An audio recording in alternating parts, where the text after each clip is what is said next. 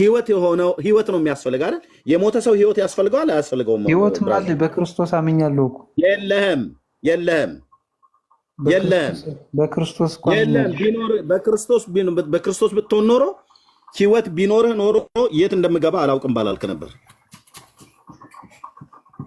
ያ በስራ እርግጠኛ ስላልሆንኩ ነው እንጂ በክርስቶስ አምናለሁ። በቃ የት እንደምትገባ አታውቅም ነበር። ክርስቶስ ያለው ሰው የት እንደሚገባ አያውቅም ብሎ አይደል መጽሐፍ። ክርስቶስ ያለው ሰው የዘላለም ህይወት አለው ነው ብሎ የሚለው። አንተ የዘላለም ህይወት የሌለህ ቆንጅዬ ሬሳ ነህ። ቆንጅዬ የ28 ዓመት ቆንጅዬ ሬሳ፣ የምትበላ የምትጠጣ፣ የምትሄድ የምትተነፍስ ምናምን ነገር ከእግዚአብሔር ዓለም ግን የተቆረጠ ቆንጅዬ ሬሳ ማለት ነው። ሁለት እግር ያለው ቆንጅዬ ሬሳ፣ የሚራመድ ስራ የሚሰራ ትምህርት ምናምን ነገር ግን ሬሳ። ማፍራቴ ነው የኔ ችግር ወዳጄ። ከእግዚአብሔር ከአንተ በመጀመሪያ ይሄንን አይደለም የሚፈልገው። ይሄን አይደለም የሚፈልገው እግዚአብሔር ከአንተ በመጀመሪያ የሚፈልገው መጽደቅህን ነው የሚፈልገው። እንድትጸድቅ እመን ይልሃል። አላመንክም። ያመነ ሰውማ ብራዘር፣ ያመነ ሰውማ በክርስቶስ ኢየሱስ ያመነ ምን አለው ነው ብሎ ያለው። ቅድም ስናነበው ልጁ ያለው ምን ያለው ነው ብሎ ፍሬን ሳታይ ፍሬ ሳፈራ ነው እንደዛ ማለት ነው። ዜሮ ነው እኮ ፍሬ ወይማ ዜሮ አልጸደኩም። ለዛ እኮ ነው ይኸው ተንጀርግጎ ከ100% ስንት አለ ብዬ ስልህ ዜሮ አልከኝ። ይኸው ፍሬህን ይባል በዜሮ ልጫወት እያልክ ነው እንዴ? ዜሮ ላይ ቆመ ጉራህ ልትቸረችር ነው እንዴ? ወደ ለማሳደግ ነው። አድምጠኝ። ዜሮ ላይ ቆመ ስራ ላይ ብለህ ልትል ነው? የለም። የሞተ ሰው ህይወት ነው የሚያስፈልገው። ህይወት ያለው ሰው ነው ፍሬ የሚያፈራው። ዛፍ ከተቆረጠ ፍሬ አያፈራም፣ ካልጸደቀ ፍሬ አያፈራም። ኦልሬዲ ስለሞተ ዛፉ በመጀመሪያ ፍሬ ለማፍራት በህይወት መኖር አለበት። በህይወት ለመኖር መጽደቅ አለበት። ለመጽደቅ መተከል አለበት። ያላፈራው ስላልጸደቅክ ነው። በህይወት የሌለው ስለሞትክ ነው። በክርስቶስ አለው ትላለህ፣ ህይወት ግን የለህም። በክርስቶስ አምኛለሁ ትላለህ፣ የዘላለም ህይወት እንዳለ ግን እርግጠኛ አይደለም። በክርስቶስ ኢየሱስ አምነህ ንስሐና የኃጢአት ይቅርታህን እንድታገኝ እውነተኛ አምላክ ብቻ የሆንክ አንተን የላከውንም ኢየሱስ ክርስቶስን ያውቁ ዘንድ ይህች የዘላለም ህይወት ናት ይላል። ኢየሱስ ክርስቶስን ማወቅ የዘላለም ህይወት ነው ብራዘር። በእውነተኛው በእግዚአብሔር ቃል እወቅ። ልጁ ያለው ህይወት አለው፣ የእግዚአብሔር ልጅ የሌለው ህይወት የለው። የዘላለም ህይወት የሌለ የእግዚአብሔር ልጅ ስለሌለህ ነው። የእግዚአብሔር ልጅ ስለሌለህ ነው። የእግዚአብሔር ልጅ ቢኖርህ የዘላለም ህይወት እንዳለህ እርግጠኛ ትሆናለህ። ይሄ ጌታ ይፈልግሃል። ጌታን ለመቀበል የቀሪ ህይወት ዘመንህን እንደውም እግዚአብሔር ከዚህ በኋላ ምን ያህል ዘመን እንደምትኖር አታውቀውም፣ እኔም አላውቀውም፣ ማንም አያውቅም። ግን እንደው በመጽሐፍ ቅዱሱ ከሄድን የሰው ዕድሜ ቢበዛ 80 እና 75 ነው ብሎ ስላለ በዛ ልኬት እንኳን ከመጣን አንተ አሁን የ28 ዓመት ወጣት ነህ። ቀሪ የህይወት ዘመንህን በ80 እንኳን ከተያዘ ወደ 50 ዓመት ምናምን ነገር ቀሪ ያለህ ወደ 30 እየተጠጋ ስለሆነ ማለት ነው። ቀሪውን 50 ዓመት ከጌታ ጋራ እሱ የወሰነልህን ዘመን በመጽሐፍ ቅዱሱ 70 እና 80 ከያዝኩት 50 ያልኩ እዛም ላደርስ ትችላለህ። ከዛም በፊት ልትሞት ትችላለህ። እኛም ሁላችንም ማለት ነው። ግን በቀረልህ በህይወት ዘመን 1 ዓመትም ትሁን 10 ዓመት 20 ዓመት የሚሆን 50 ዓመት ከዛም በላይ እስከ 100 ዓመት ያቆይህ ጌታን በእውነተኛ ትምህርት ተቀብለህ እሱን በማምለክ የዘላለም ህይወት እንዳለህ እርግጠኛ ሆነህ እንድትመላለስ ጌታ ይህን ህይወትን ቃል ይነግርሃል። አንተ የሚያስፈልግህ ህይወት ነው። ያ ህይወት ኢየሱስ ነው። ያ ህይወት የዘላለም ህይወት ነው።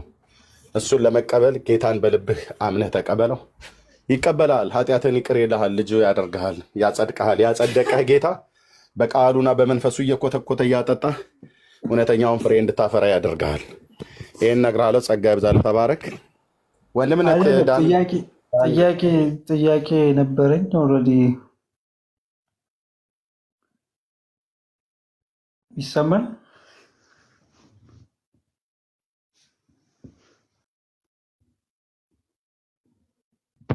ወንድምነት አለህ ዳንዬ? አለህ? ቆይ ሀርብ አንዴ ልጆቼን ይዤ ልወጣ ስለሆነ ልብስ ለለባብስና እናወራለን። ወንድምነት አለህ ዳኒ? አለ ወንድምነት። እሺ ጥያቄ አለኝ እያለ ነው። እንቀበለው እስኪ። ብራዘር ግን ሀርብ እውነቴንም የምልህ ጌታን ለመቀበል ወስን። ልብህ ሩቅ አይደለም። የመጽሐፉን እውነት ተቀበል። ማንም እንደፈለገ ቢያወራ፣ ጴንጤዎች እንደፈለግን ብናወራ እንዳትሰማ። ኦርቶዶክስ እንደፈለጋቸው ቢያወሩ እንዳትሰማ። በኦርቶዶክስ ሃይማኖት ውስጥ መኖር ማለት አሁን ቅድም አንተ የነገርከኝን ፍሬ አልባ ህይወትን እየኖርክ ሲኦል ትግባ መንግስተ ሰማያት ትግባ የምታውቅበት መንገድ አይደለም። እናንተና እስላም አንድ አይነቶች ናችሁ። እነሱን ጋር ሄዳችሁ ጠይቃቸው ራሳቸው እስላሞቹን ሃይማኖት አለህ ብለህ ስትለው አዎ ይልሃል። በማንም ታምነው ብለህ ስትለው በአላህ ይልሃል። ነቢያችን መሐመድ ይላል። ኦልሬዲ እኮ ሰው ያለ ስራ እኮ አይጸድቅም። ያው ሰው እንደ ስራ ዜሮ ነህ ብራዘር። ስራ ያለው ሰው እንኳን 1% እንኳን ሰው ሰርቶ እንደው ያችን እንኳን አሳይቶ ስራ ላይ ምናምን ነገር ብሎ ቢል አንተ እኮ በቃ ቀድሜ ነገርኩህ እኮ ነው ራስህ ያጻፍክ። ለምሳሌ አሁን ብራዘር እኛ ይኸውልህ የስራ እኮ ጠሎች አይደለንም ወንድሜ። ይህንን ብላችሁ የምትሉ ኦርቶዶክሳውያን ጴንጤ ፊት ስትቀርቡ እያንዳንዳችሁ አንገት ትደፋላችሁ። ብንመዘን እያንዳንዳችሁ ታፍራላችሁ በጴንጤ ፊት። ምክንያቱስ የማን ህይወት ነው መቃምና ማመንዘር ማጨስ? የማን ህይወት ነው ናይት ክለብ መጨፈርና እየጠጡ እየሰከሩ ቱቦ ውስጥ ሲተፉ ማደር? የማን ህይወት ነው? በሃይማኖት አይከፈልም። የሁሉም ማቃምና ማጨስ ነው። አድምጠህ ቆይ ሚዩት አድርገው። አዎ በደንብ ትፈቅዳለች፣ በደንብ ትፈቅዳለች። ሚዩት አድርገው። እንመጣለን እኮ እነግርሃለሁ ብራዘር። ሚዩት አድርገው እና ከእሱ ጋር ልጨርስ። እሺ እንጨርስና እንመጣለን። እኔ ፍሬ አላፈራሁም ያልኩ ኦርቶዶክስ አትፈቅድም እኮ ይሄን። ለምሳሌ ብራዘር አንተ ብቻ አይደለም ሀርብዬ፣ አንተ ብቻ አይደለም። ከጳጳሱ ጀምሮ ቢጠየቁ አንዳቸውን ፍሬ የላቸውም። አንዳቸው አይደለም እንደዛ ብለህ ከመዝለፍ አንዳቸው አውሮኛ አድመጠኝ እንድጨርስና ትመጣለህ እኮ አልኩህ። እንድትወጣ ፈልገህ ከሆነ አስወርድሃለሁ ታች። ከእሱ ጋር አልጨርስ። ሀርብ አቅምህን አሳይቻለሁ። አቅምህ ምን ያህል አቅም እንደሆነ ራስህ አይተሃል ቅድም። ኢየሱስ 80%ን አዋጥቶልኝ እኔ ደግሞ 20%ን ሞልቼ እና በድምሩ እሱ ተደምሮ መንግስተ ሰማያት እገባለሁ ብለህ ስትል የአንተ የኢየሱስ ምን ያህሉን ሞልቶታል ምን ያህሉን አልሞላውም ብዬ አልልም። 80% ሰጥተኸዋል እሱ። ይሄ እኮ ራሱ አንዱ ሲጀምር ስድብ ነው። 80% ለጌታ ሰጠው ስድብ ነው። አይ እሱን እኮ በምሳሌ እያወራን እኮ ነው። አሁን በምሳሌ ቢሆንም ስድብ ነው። ኢየሱስ የሰራው ለሰው ልጆች በመስቀል ላይ የሰራው ያ ሁሉ መከራ በአንተ አእምሮ ስራ ያስፈልገዋል ለማለት ነው። በአንተ አእምሮ ውስጥ ያ ሁሉ መከራ፣ ያን ሁሉ ደም መፍሰስ፣ ያን ሁሉ መሰቃየት፣ ያን ሁሉ መመታት፣ ያን ሁሉ መቸንከር 80% ነው የሰጠው ፐርሰንት። እና ያን አስቤ ታዲያ ስራ ካልሰራው ምን ዋጋ አለኝ? አሁን ክርስቶስ ስራ አለ ወይ ብዬ ስለ 20% የኔ ነው አልከኝ። እሰራለሁ ወደፊት ነው። በስራ ስለካህ ዜሮ ነኝ አልከኝ። ንስሐ ገብቼ ድናለሁ እኮ ነው። 28 ዓመት ነው ዜሮ ነህ። አትግደርደር። እውነቴን ነው የምልህ፣ በመንፈሳዊ ዓለም አትግደርደር። ንስሐ ገባለሁ ኦልሬዲ። አድመጠኝ። የፈለገ ንስሐ ሄደህ ብትገባ አልኩህ። ንስሐ አስገቢው ሰውዬ እኮ ራሱ መምሬ ማነው ድፋባቸው ምናምን ነገር ወይ ማዘንጊያ ብለህ የምትለው ሰውዬ ራሱ እኮ ራሱ በኃጢአት ውስጥ እኮ ያለ ሰው ነው። ንስሐ የምትገባ ንስሐ መግባትማ ማለት እውነተኛ ንስሐ አሁን ወደ ጌታ እንድትመጣ ነው። ንስሐ መግባት ማለት እንደ እግዚአብሔር ቃል ለመኖር መወሰን ማለት ነው። እንደ እግዚአብሔር ቃል ማመን ማለት ነው። ንስሐ እንድትገባ እኮ ነው እየነገርኩ ያለሁት። አንተ ገና መምሬ የተሰማ ጋር ሄደህ እንትን ካልጋ ወድቄ ነበር ወይ እንትን ብዬ ነበረ ባለፈው እንትን አንሰድቤ ነበር ብለህ ልትል እሱንም ቢሆን እንኳን አትሄድም እኮ እሱንም ቢሆን አትሄድም። ብትሄድም ምንም በቃ እሺ 40 100 ስገድ ብለው ይሉሃል። ጎንበስ ቀና ትላለህ። ወገብህ ስትራፖ እስኪይዝ ድረስ ትወድቃለህ፣ ትነሳለህ። ምንም ያው ነው ታጥቦ ጭቃ ማለት ነው። እዚህ ግን ጌታ ንስሐ ግባ እያለህ ነው። ንስሐ ማለት በክርስቶስ ትምህርት መኖር ማለት ነው። በደል ኃጢአትን ይቅር እንዲል እውነተኛው ሊቀ ካህን ኢየሱስ ክርስቶስ እዚህ ና ከነ ድካም ጭምር እኔ ጋና እኔ አሳርፋለሁ እያለህ አንተ ገና ሄደህ ለመምሬ ድፋባቸው ልትናገር ማለት ነው። እዚህ እኮ ኢየሱስ እየለመነህ ነው። ተወካይ እኮ ናቸው የክርስቶስ። ኧረ ወደዛ የምን ተወካይ አልኩ? የምን ተወካይ? የማ ተወካይ? ማን የወከላቸው ደግሞ? ሂድና ለካህን ራስን አሳይ ብሎ የለን ብራዘር፣ እያታድከመን። እሱ አሁን ሌላ ታሪክ ነው። ሌላ ደጋግሜ በዚህ በባለፉት ወራቶች ውስጥ እንኳን 2 ጊዜ ነው 3 ጊዜ ያነሳሁት። እሱ ራስህ ለካህን አሳይ ብሎ ያለው የብሉይ ኪዳን ስርዓት ነው። ያ ለምጻሙን ሰውዬ ካነጻ በኋላ አንተ ለምጽ የለህም። እሺ እንደ ሙሴ ሕግ መስዋዕትና መባን አቅርብ ብሎ ይላል። እንደ ሙሴ ሕግ እዛ ጋር የቀረበው የሄደው ሰውዬ ሁለት ወፎቹን ወስዶ አንዱን በውሃ ምንጭ ዳር ያርዳል፣ አንደኛውን በሕይወት ይለቀዋል። በታረደው ወፍ ደም ሰውነቱ ይረጫል። አንተ በወፍ ደም ልትረጭ ነው? በሉቃስ 5 እና በማቴዎስ ወንጌል መጽሐፍ ምዕራፍ 8 ላይ የተነገረው ስለ መንጻት ሕግ በዘሌዋውያን መጽሐፍ 14 ላይ የተነገረ ቃል ነው። በቃ ግራ የተጋባ ቄስ ግራ አጋብቷችሁ ዘመናችሁ። ማቴዎስ 26 በዚሁ መልስልኝ። 26 ላይ ለምስለ ቅድም ስለ ስጋው ደሙ ስታወሩ ስለነበረ ማቴዎስ 26 ከአንተ ጋር ረጅም አውርተናል። ለአንተ የሚያስፈልግ ነው። ጥያቄ እኮ መልስላለሁ ብለህ ነበር መጀመሪያ። በኋላ አሁን ይሄኛው ወንድም ደግሞ ጊዜ ማግኘት አለበት። አንድ ጥያቄ እኮ ነው። ይሄኛው ወንድም ጊዜ ማግኘት አለበት። እዚሁ ሆነ ጠብቀን ለሱም ደግሞ ፌር እንዲሆን እሱም እድል ማግኘት አለበት። ላውራ እያለ ስለሆነ ዝም ብለን ስላሉ ረጅም ሰዓት ከአንተ ጋር ስላወራ ለሱም እድል እንስጠው እና ከዛ እንቀጥላለን። ኦኬ እሺ ወንድማችን አመሰግናለሁ። እኔ እንኳ ልል የምፈልገው ምንድን መሰለህ፣ የመጀመሪያው ነገር ቅድም እነዚህ የርኩሳን መገለጫ የተባሉትን ማጨስ፣ መቃም፣ መጠጣት ይሰማል። ቤተክርስቲያኗ ትፈቅዳለች ወይ? የኦርቶዶክስ ቤተክርስቲያን ፈቅዳለች ወይ? እሱን ሁለተኛ ነገር ታሳየኛለህ። እሱን ካየሁ እኔ ችግር የለውም። ሁለተኛ ነገር ደግሞ ምንድነው አስተካክለው ታፍነዋል። ሩቅ የኦርቶዶክስ ተዋህዶ ቤተክርስቲያን ድምፅህን አስተካክለዋል። እሺ አሁን አይሰማም? ከመኪና ኤርፎን ላይ ማነው ብሉቱዝ ላይ ለያየው እኮ ላይ ይቻላል። አይሰማም? ሩቅ ነው። አሁን ይሰማል፣ ግን የታፈነ ድምፅ ነው። ሰማው የቀድሞ አይነት አይደለም። ኦኬ እሺ አሁን በደንብ ስማኝ። የኦርቶዶክስ ተዋህዶ እምነት ወንድም የድምፁ ካላስተካከልከው ላስወርድህ ነው። ሰው እያወራ እንትን አትበል። አማርኛ አይሰማም እንዴ? የታች ኮሜንት እንኳን አታነብም? ይኸው ይሰማል እየተባለ እኮ ነው። ይሰማል ግን እየታፈነ ነው እየተባለ ግማሹ አይሰማም ይላል እያለህ ነው፣ ግማሹ ይሰማል። ለአንተ ይሰማል አይሰማም ብሎ በቃ እታች ረድ። እንደዚህ ይሄን ያህል ማውራት ያለብህ እታች ረድ። ደግሞ አንተ ይሰማል አይሰማም ልበል። እታች ረድ ብራዘር፣ እታች ረድ። ይሰማል አይሰማም ከአንተ ጋር ተጋጨቅ እንዴ? ስራ ጠፋብን። እሺ ወንድማችን ቀጥል። ይሰማል አይሰማም ገና ከአንተ ጋር ሊጨቃጨቅ እንዴ ብራዘር?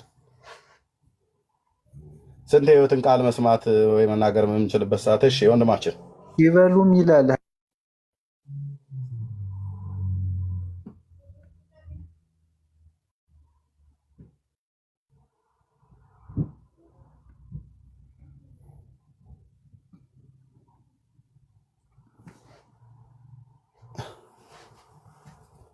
እያወራ ከሆነ አይሰማም ወንድማችን። ማቴዎስ 26 ላይ ያለው ማለት ነው። ማቴዎስ 26 ላይ ያለው ይህ እነሆ ይህ ደሜ ነው ይህ ስጋዬ ነው ብሎ ይሰጣቸዋል። ለምሳሌ እዛ ላይ ማለት እና ለሐዲስ ኪዳን የሚፈስ ይህ ስጋዬ ነው ደሜ ነው ያለውን ያ ቅድም መታሰቢያ ነው ምናምን ሲል ነበርና አንድ ወንድማችን ይሄ ራሱ ይሄ ስጋዬ ነው ይሄ ደሜ ነው ብሎ አልሰጣቸውም ወይ ነው? አሁን ማቴዎስ 26 ያለው እንዴት ነው? በምን አንግል አይታችሁት ነው? ኦልሬዲ መታሰቢያ ነው ይሄ ራሱ ይህ ስጋዬ ነው እያለ እየሰጠ አይደለም ወይ ነው? እሺ ቀደም የጳውሎስን መልእክት ስጠቅስ ነበር አይደለ? አንደኛ ቆሮንቶስ 11 ላይ አንደኛ ቆሮንቶስ ላይ ያ ሲጠቅሱ ነበር። አንተ ራስህ ስጠቅሰው ነበር አይደል? እኔ አይደለሁም ሌላ ነው። እኔ ሳዳምጥ ነው። እሺ ለምን አድርጉት ይላል እዛ አንደኛ ቆሮንቶስ ላይ ሄድና አንበቡ። አንደኛ ቆሮንቶስ ላይ ለመታሰቢያ ይላል። በቃ ጳውሎስ ይሳሳታል። የማቴዎስ ስም እንዴት ነው? ጳውሎስ ይሳሳታል ወይ? መጀመሪያ ጳውሎስም ማቴዎስም አይሳሳቱም። በቃ ስለዚህ ቅዱስ ጳውሎስ ሉቃስና ማቴዎስ ማርቆስ የተናገሩትን እሱን ነው ለመታሰቢያ ያድርጉት ይላል። የማቴዎስ ይህ ደሜ ነው ያለው ይህ ቆርሶ ይህ ደሜ ነው አላቸው ይላል። የቆርሶ ይህ ስጋዬ ነው አላቸው። ያኛውን ደግሞ ወንድማችን እንኳ አንዴ ስልክ እያወራ ነው። እሺ ፓስተር አንዴ። እሺ በስራ ተገለጡ፣ በስራ ተገለጡ ብያለሁ። የዳጊን ሰላም ብያችኋለሁ። ቀጥሉ እስኪመጣ። አይ ቲንክ ኤርሚ ስልክ ገብቶበት ነው መሰል።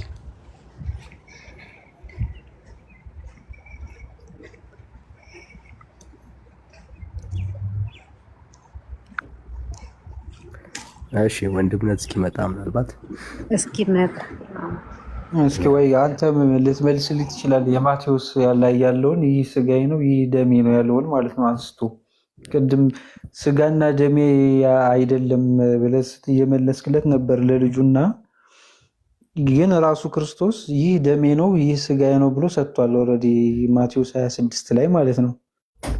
ስጋዬን ያልበላ ደሜን ያልጠጣ የዘላለም ሕይወት የለውም ይላል ዮሐንስ ወንጌል ላይ ማለት ነው። ይሄን ደግሞ ስጋው መሆኑን እየነገረ ነው። ይህ ስጋዬ ነው ይህ ደሜ ነው አለን አይደል? አንስቶ ያ እንትኑን ሐሙስ ማታ ላይ ማለት ነው እኮ። ሁለቱን ጥቅሶች አታደባልቃቸው። ሁለቱ ጥቅሶች የተለያዩ ሐሳብ ናቸው። ዮሐንስ ወንጌል ምዕራፍ 6 ላይ ይህ ስጋዬ ነው የሚል ትምህርት አለው።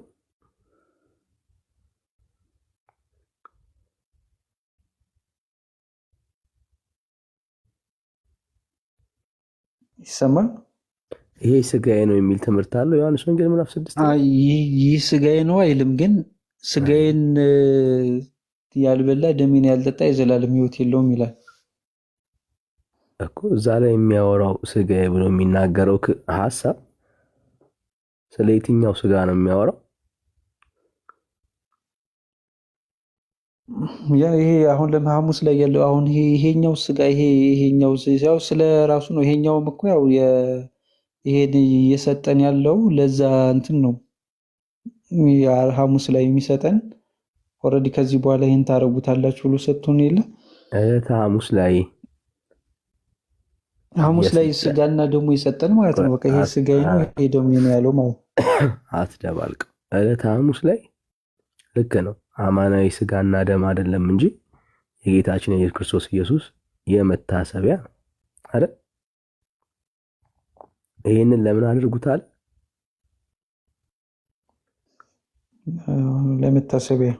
ለመታሰቢያ አየህ፣ ለመታሰቢያ ያድርጉት ነው ያለው። ግን ይሄ ደሜ ነው ይህ ስጋዬ ነው ብሏል። ምን አልከኝ? ይህ ደሜ ነው ይህም ስጋዬ ነው ብሏል እኮ። አሁን ቂጣውን እኮ ኦልሬዲ እንደዛ ሲለው እኮ ኦልሬዲ ይቀየራል ማለት እኮ ነው። የሚቀየር ትምህርት የለም መጽሐፍ ውስጥ። ቂጣውን አይደል ደሜ ነው ያለው። ኦልሬዲ ቂጣው እኮ ቂጣው ለምሳሌ ስጋ ሆኖ አይደለም ማለት እኮ። የጌታ ስጋና ደም አንድ ሐሳብ በደንብ ላስረዳ። የጌታ ስጋና ደም ስለኛ የፈሰሰው አማናዊ በቀራንዮ ላይ የፈሰሰ ስጋና ደም ነው። የት ላይ ፈሰሰ? በቀራንዮ ላይ ፈሰሰ። እሱ ስጋና ደም የዘላለም ሕይወት ይሰጣል አለበት ይፈጽማል። ግን ለመዳን ግን በመስቀል ላይ የተሰራልን ያንን የማዳን የእግዚአብሔርን የማዳን ስራ አምነን እኮ። ስለዚህ አንተ አምነህ ስትቀበል ምን ብለሃል ማለት ነው? አምነህ ስትቀበል ኦልሬዲ ሆኖልሃል ማለት ነው። ድነሃል ማለት ነው። ግን ያ የሐሙሱ አሁን ለምሳሌ በየጊዜው የምንወስደው ስጋ ወደው የምንቀበለው አለ አይደለ? ለምሳሌ እሱም ኦልሬዲ እውነተኛ ስጋና ደም ነው እኔ የምልህ። ምክንያቱም ይሄ ደም እውነተኛ የሚያሳየን ችግር የለም። እሺ አማናዊ እውነተኛ ወይ ደግሞ አማናዊ ስጋና ደም መሆኑን አሳየኝ ከቃል ውስጥ።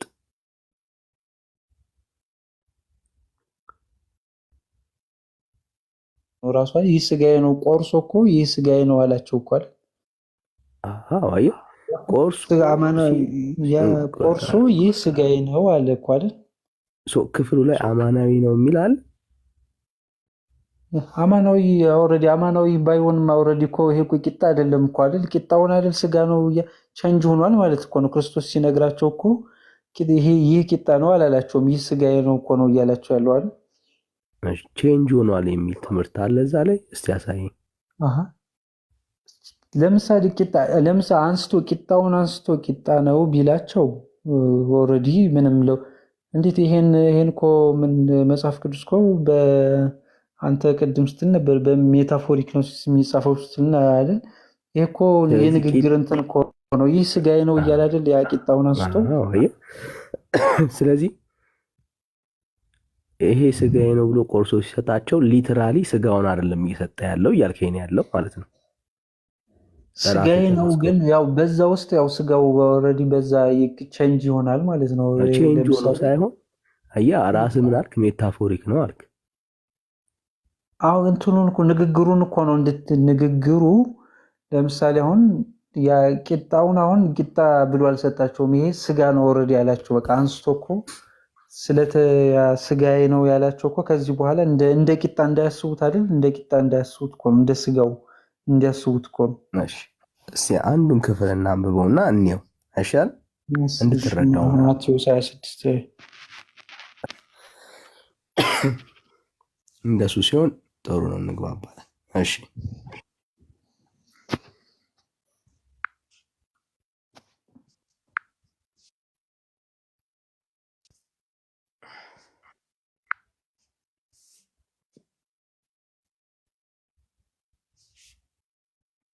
ይኸው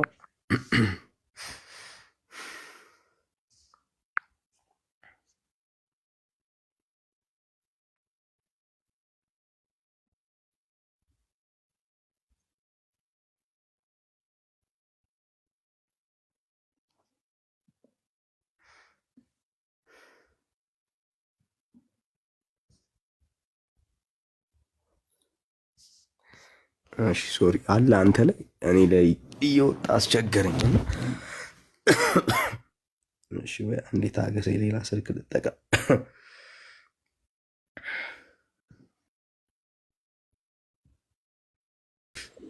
የትኛውን ክፍል ነው? ማቴዎስ 26 እሺ አገኘሁት። በቃ ችግር የለም። አገኘህ? ሲበስ እሺ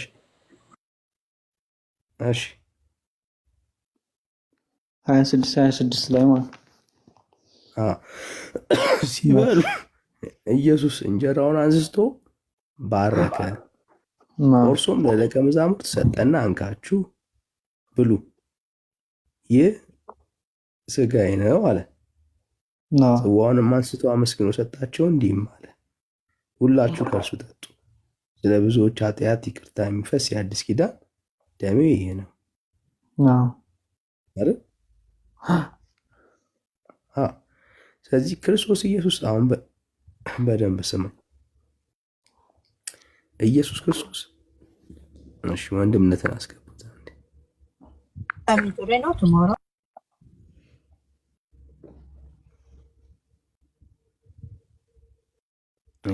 አሁን አመስግኖ የሰጣቸው ምኑ ነው? ቆርሶ ያ ቂጣውን ማለት ነው። ይህ ስጋዬ ነው ብሎ ሰጣቸው። በቃ አመስግኖ ባርኮ ነው የሰጣቸው። ባርኮ ስጋዬ ነው አላቸው። ኦልሬዲ ስጋዬ ነው ደሜ ነው አለ። ኦልሬዲ ያ አመስግኖ ሰጣቸው አይደል? ይሄ አመስግኖ ቆርሶ የሰጣቸውን ለምንድን ነበረ ሲያደርጉት የነበረው? ለምንድን ነው አድርጉት ያለው? ደሜን ያው ስጋው ደሙ ነው ለመታሰቢያ ያድርጉት ብሏል። ስጋዬና ደሜ ለመታሰቢያ ያድርጉት ነው ያለው። ስጋው ደሙ ነው ማለት ነው እኮ ኦልሬዲ አይደል? ይሄ አሁን ያ ለምንድን ነው አድርጉት ያለው? ችግር የለም። ለመታሰቢያ አየህ፣ አድርጉት ያለበት ፐርፐስ ኢየሱስ ክርስቶስ ስለምን እንደሆነ ያስረዳል ማለት ነው። እስክመጣ ድረስ አድርጉት ይላል። ኦኬ፣ ለምንድን ነው ያለው ነው ጥያቄው? ለመታሰቢያ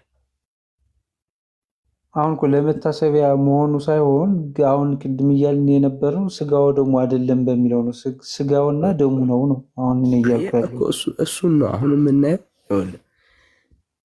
ክርስቶስ ኢየሱስ አንዴ ጊዜው የምን ሲዝን ነበር? አሁን ይሄንን ሲላቸው ሐሙስ ዕለተ ሐሙስ የምን ሲዝን ነበር ነው ያልኩ? ወቅቱ የምን ፋሲካ ሲዝን? የፋሲካ ሲዝን ነው። ኦኬ የኛ ፋሲካችን ምን? ለኛ ፋሲካችን ማን ነው? ክርስቶስ ክርስቶስ ኢየሱስ ነው ይላል። በደምብ ስማ። እስራኤላውያኖች ፋሲካን ለምን ነበር የሚያከብሩት? ከጥንት የወጡበት መታሰቢያቸው ማለት ነው። መታሰቢያ ነበረ። አየህ፣ መታሰቢያ ነበር ሲያደርጉት የነበር። በፋሲካ ላይ የሚታረደው ለፋሲካ በዓል አየህ፣ የታረደው እነሱ የዳኑት እስራኤላውያኖች የዳኑበት በተቆረሰው ምን ነበር? በታረደው ምን ነበር? በግ ነበር። እስራኤላውያኖች የዳኑት መቼ ነው? በታረደው በዛ በግ ነበረ መዳን የሆነላቸው። ያንን ግን ህዝቡ የሚያስበው ለመታሰቢያ ነው የሚለው ያኔ የተሰራውን እግዚአብሔር ህዝቡን የታደገበትን ማዳኑን ነው አይደል የሚያስቡት? አዮ ለመታሰቢያ ማድረግ ማለት ያ ስነ ስርዓት በማድረግ ያንን ስነ ስርዓት በማድረግ አሁን አዲስ አይደለም የምትድነው። ኦልራይት አሁን ያ በዓል የተሰጠው ልክ መታሰቢያ ፋሲካ ነው። መታሰቢያ ነው የምታደርገው ምኑን? እግዚአብሔር ህዝቡን ያዳነበትን ያንን የማዳን ሚስጥር። ዮሐንስ ወንጌል ምዕራፍ 6 ላይ የምታገኘው ሐሳብ ኢየሱስ ክርስቶስ እሱ ራሱ እሱን በማመን የሚዳንበትን ከሞት የምታመልጥበት ሚስጥር ነው ያለው። ዮሐንስ ተው ነው። ኧረ ይሄኛው እዚህ ጋር ራሱ ማቴዎስ ላይ ያለው ነው ራሱ። ስለዚህ ለመታሰቢያ ማለት በዕለተ ዓርብ ላይ የሚፈሰውን የክርስቶስ ኢየሱስን የማዳን ሚስጥር ያንን የማዳን ሚስጥር እንደ ፋሲካ ወይ እግዚአብሔር አንተን ለማዳን የገለጠውን ሚስጥር ሰለብሬት የምታደርግበት ነው። ሞቱን ትንሣኤውን የምትመሰክርበት ነው። ምን ማለት ነው? በተፈጸመው በቀራንዮ ላይ አንድ በፈሰሰው በዛ በመስቀል ስራ ነፃ የወጣህበትን ያንን ህይወት ሪቬል የምታደርግበት ነው፣ የምትገልጥበት ነው፣ ለሰዎች የምታሳይበት ነው። ለእግዚአብሔር የማዳንን የዳንክበትን ያንን እውነት በእግዚአብሔር የማዳንን ህይወት ውስጥ የገባህበትን ያንን ሚስጥር ለሰዎች የምታካፍልበት ነው። እሱን ፋሲካ ወይ ደግሞ የጌታ ስጋና ደምን የምትበላ ሼር የምታደርገውን በማህበር የምትካፈለው እሱ ለመታሰቢያ ነው። ዳትስ ዋይ እስራኤላውያኖች አንዴ ነፃ የወጡበትን ትውልድ ምን ያደረገው ነበረ? ያስበው ነበረ። በየጊዜው ያስበው ነበረ። ትውልዱ እየተቀባበለ መታሰቢያን ያደርግ ነበር። አሁን በአዲስ ኪዳን ላይ እግዚአብሔር ሰዎችን ከሞት የታደገው በማን ነው? በኢየሱስ በክርስቶስ ኢየሱስ ውድ ልጅ። ስለዚህ የዳንበት ከሞት ያመለጥንበት ዕለተ ዓርብ ላይ ስለ ሰው ልጆች በመስቀል ላይ በፈሰሰው ምኑ ነው? ደሙና ደሙ። እሱ ስጋና ደም በህይወታችን ኤክሰርሳይዝ የሚያደርገው አምነን ስንቀበል ነው። እሱ የዘላለም ህይወት ነው የሚያስገኘው። ስለ እሱ ነገር ያወራው መቼ ነው? ዮሐንስ ላይ ማለት ነው። ዮሐንስ ወንጌል ምዕራፍ 6 ላይ እሱ እንዳለ ይሄኛውን ግን ኦልሬዲ የመታሰቢያ የትኛው የመታሰቢያውን ማለት ነው። የመታሰቢያውን ግን የሰጠው መቼ ነው? ሐሙስ ነው የሰጠን። ሐሙስ ሰጠን፣ ግን እሱ ራሱ ሪል ነው እያልኩ ያለሁት እኔ አሁን ስጋው ደሙ ነው። አሁን በቃ ስጋው ነው ደሜ ነው ስላለን ኦልሬዲ መታሰቢያ የሚሆን እንደ መታሰቢያም ኦልሬዲ መታሰቢያ ማለት እኮ ያው ትልቅ ነገር ነው። ግን ሪል ነው ነው መታሰቢያነቱ እንዳይቀላቀልብህ፣ መታሰቢያነቱ ለአማናዊው ስጋና ደሙ ነው። ለምንድን ነው እዚህ ደሜ ነው ያላቸው ታዲያ? ለምንድን ነው አሁን አማናዊ ካልሆነ ይሄ ደሜ ነው እና የምታስበው ምንድን ነው? እሱ የምታስበው እኮ የጌታ ስጋና ደምን ነው የምታስበው። በቀራኒው ላይ የፈሰሰልን ስጋና ደም ነው የምታስበው። አማናዊ ነው የሚል ቃል የለም። ኦኬ አሁን የክርስቶስ ኢየሱስ በመስቀል ላይ የሞተውን ያንን ኢየሱስ ክርስቶስን ምን የምታደርግበት ነው? ሪማይንድ የምታደርግበት ነው። ሪማይንድ የምታደርግበት ነው። የትኛውን? በቀራኒው ላይ የፈሰሰውን ያንን ሰዎች አምነው የሚያገኙትን የሚካፈሉትን ይህንን ሚስጥር ምን የምታደርግበት ነው? ሪማይንድ የምታደርግበት ነው። ለዚህ እኮ ነው ዊ ሪስፔክት ባይዘወይ እኛ ስጋና ደሙን ስንወስድ በፍቅርና በትህትና ነው የምንወስደው። የጌታ ስጋና ደም ለምሳሌ እኛ ቸርች ብትመጣ በየወሩ ስጋው ነው ደሙ ነው ብለህ ነው የምትወስደው ወይስ እንደ ቂጣና እንደ ወይን ነው የምትወስደው? አንተ ነገሩ ቂጣና ወይን ነው ወይ ደግሞ በእኛ ኮንቴክስት ቪንቶ ነው ብቻ ሪፕሬዘንት የሚያደርግ ነው የምትወስደው። አየህ ያ ሪፕሬዘንት የሚያደርገው ነገር ምኑን ነው ሪፕሬዘንት የሚያደርገው? ቂጣ ነው። አየህ የጌታ ስጋና ደምን ነው። እኔ ላውራለህ እኔ ውስጥ ቃለ መክተት አትጀምር። ያ የምትወስደው ነገር የጌታ ስጋና ደምን ነው ሪፕሬዘንት የሚያደርገው።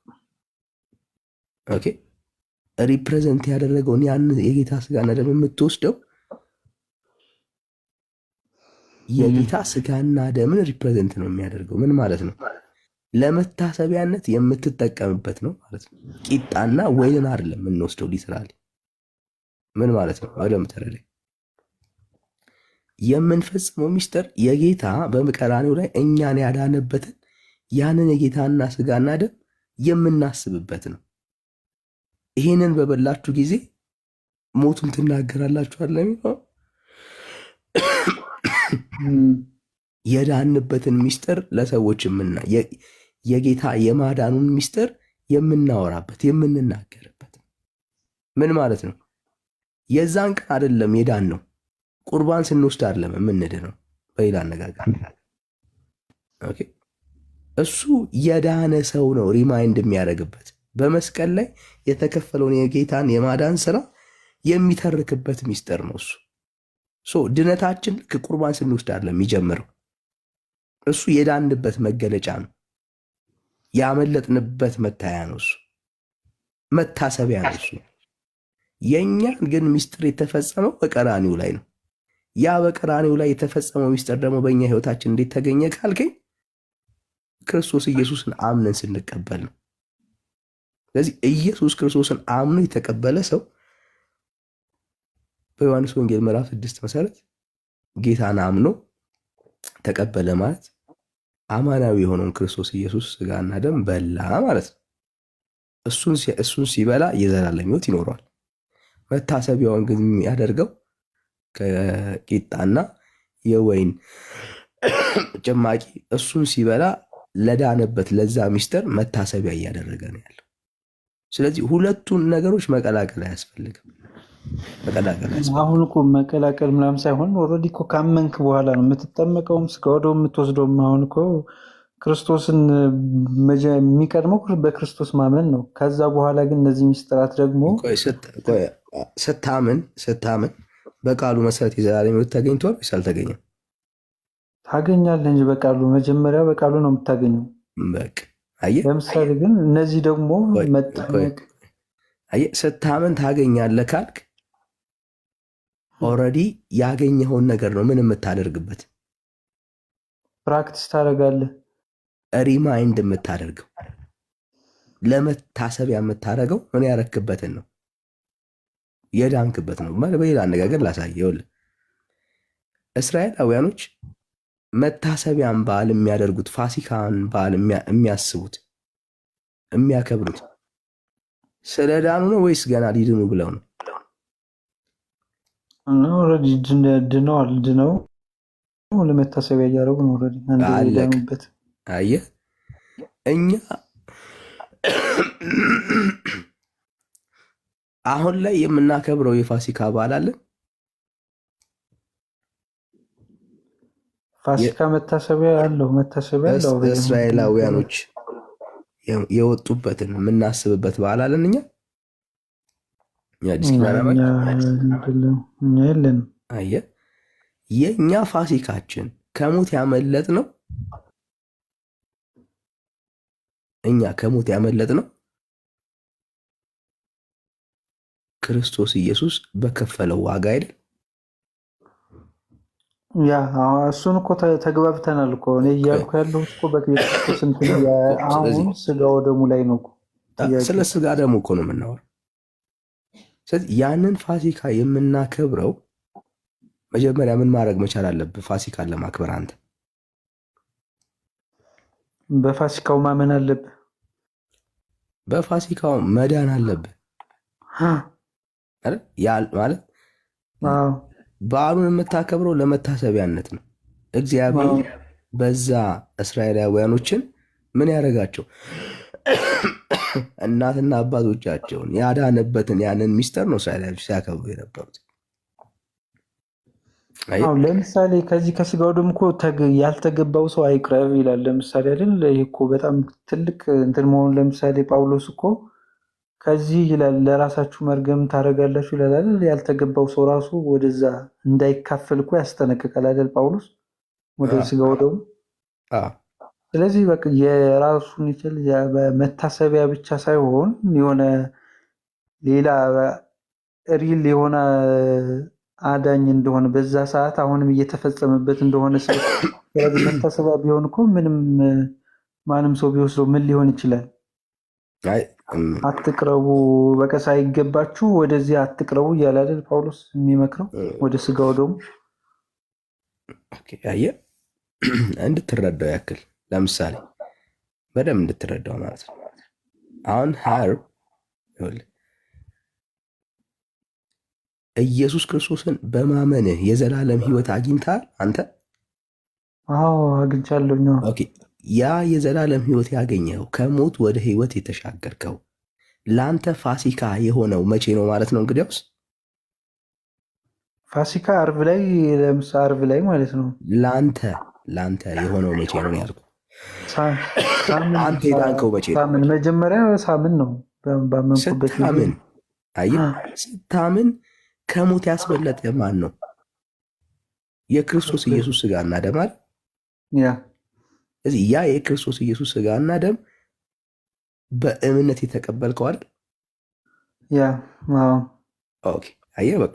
ስለዚህ የሰው ልጅ መሰረት የመዳኑ ተስፋ በቀራኒው ላይ የፈሰሰው የክርስቶስ ኢየሱስን ደም አምኖ ሲቀበል ምን ማለት ነው? ስለ አንተ የተከፈለው ዋጋ አንተን ነፃ ሲያወጣ ማለት ነው። ይሄ የክርስትና መሰረት ነው። በልጁ የሚያምን የዘላለም ሕይወት አለው ስለሚል ማለት ነው። ያ መሰረቱ ላይ ተስማማን። ኮረድ አሁን ተስማማን። እሺ አሁን በደምብ ስለዚህ በዚህ አማናዊ ስጋ ሰው ኢየሱስ ክርስቶስን አንድ በኢየሱስ የማያምን ሰው ኢየሱስን ሲያምን ይድናል፣ ይጸድቃል ማለት ነው አይደል? እሺ ስጋና ደሙ ቁርባንን እንውሰደው። አሁን በኢየሱስ የማያምን ሰው ይድንበታል? የማያምን ሰው አይድንበትም። ለምንድን ነው የማይድንበት?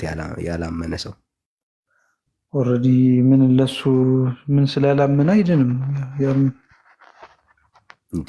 ግን እኮ የዘላለም ሕይወት ይሰጣል እያልከኝ ያለው ቁርባን መጀመሪያ ማመን ይቀድማል። ኦልሬዲ ማመን ይቀድማል እኮ ያየው ራሱ።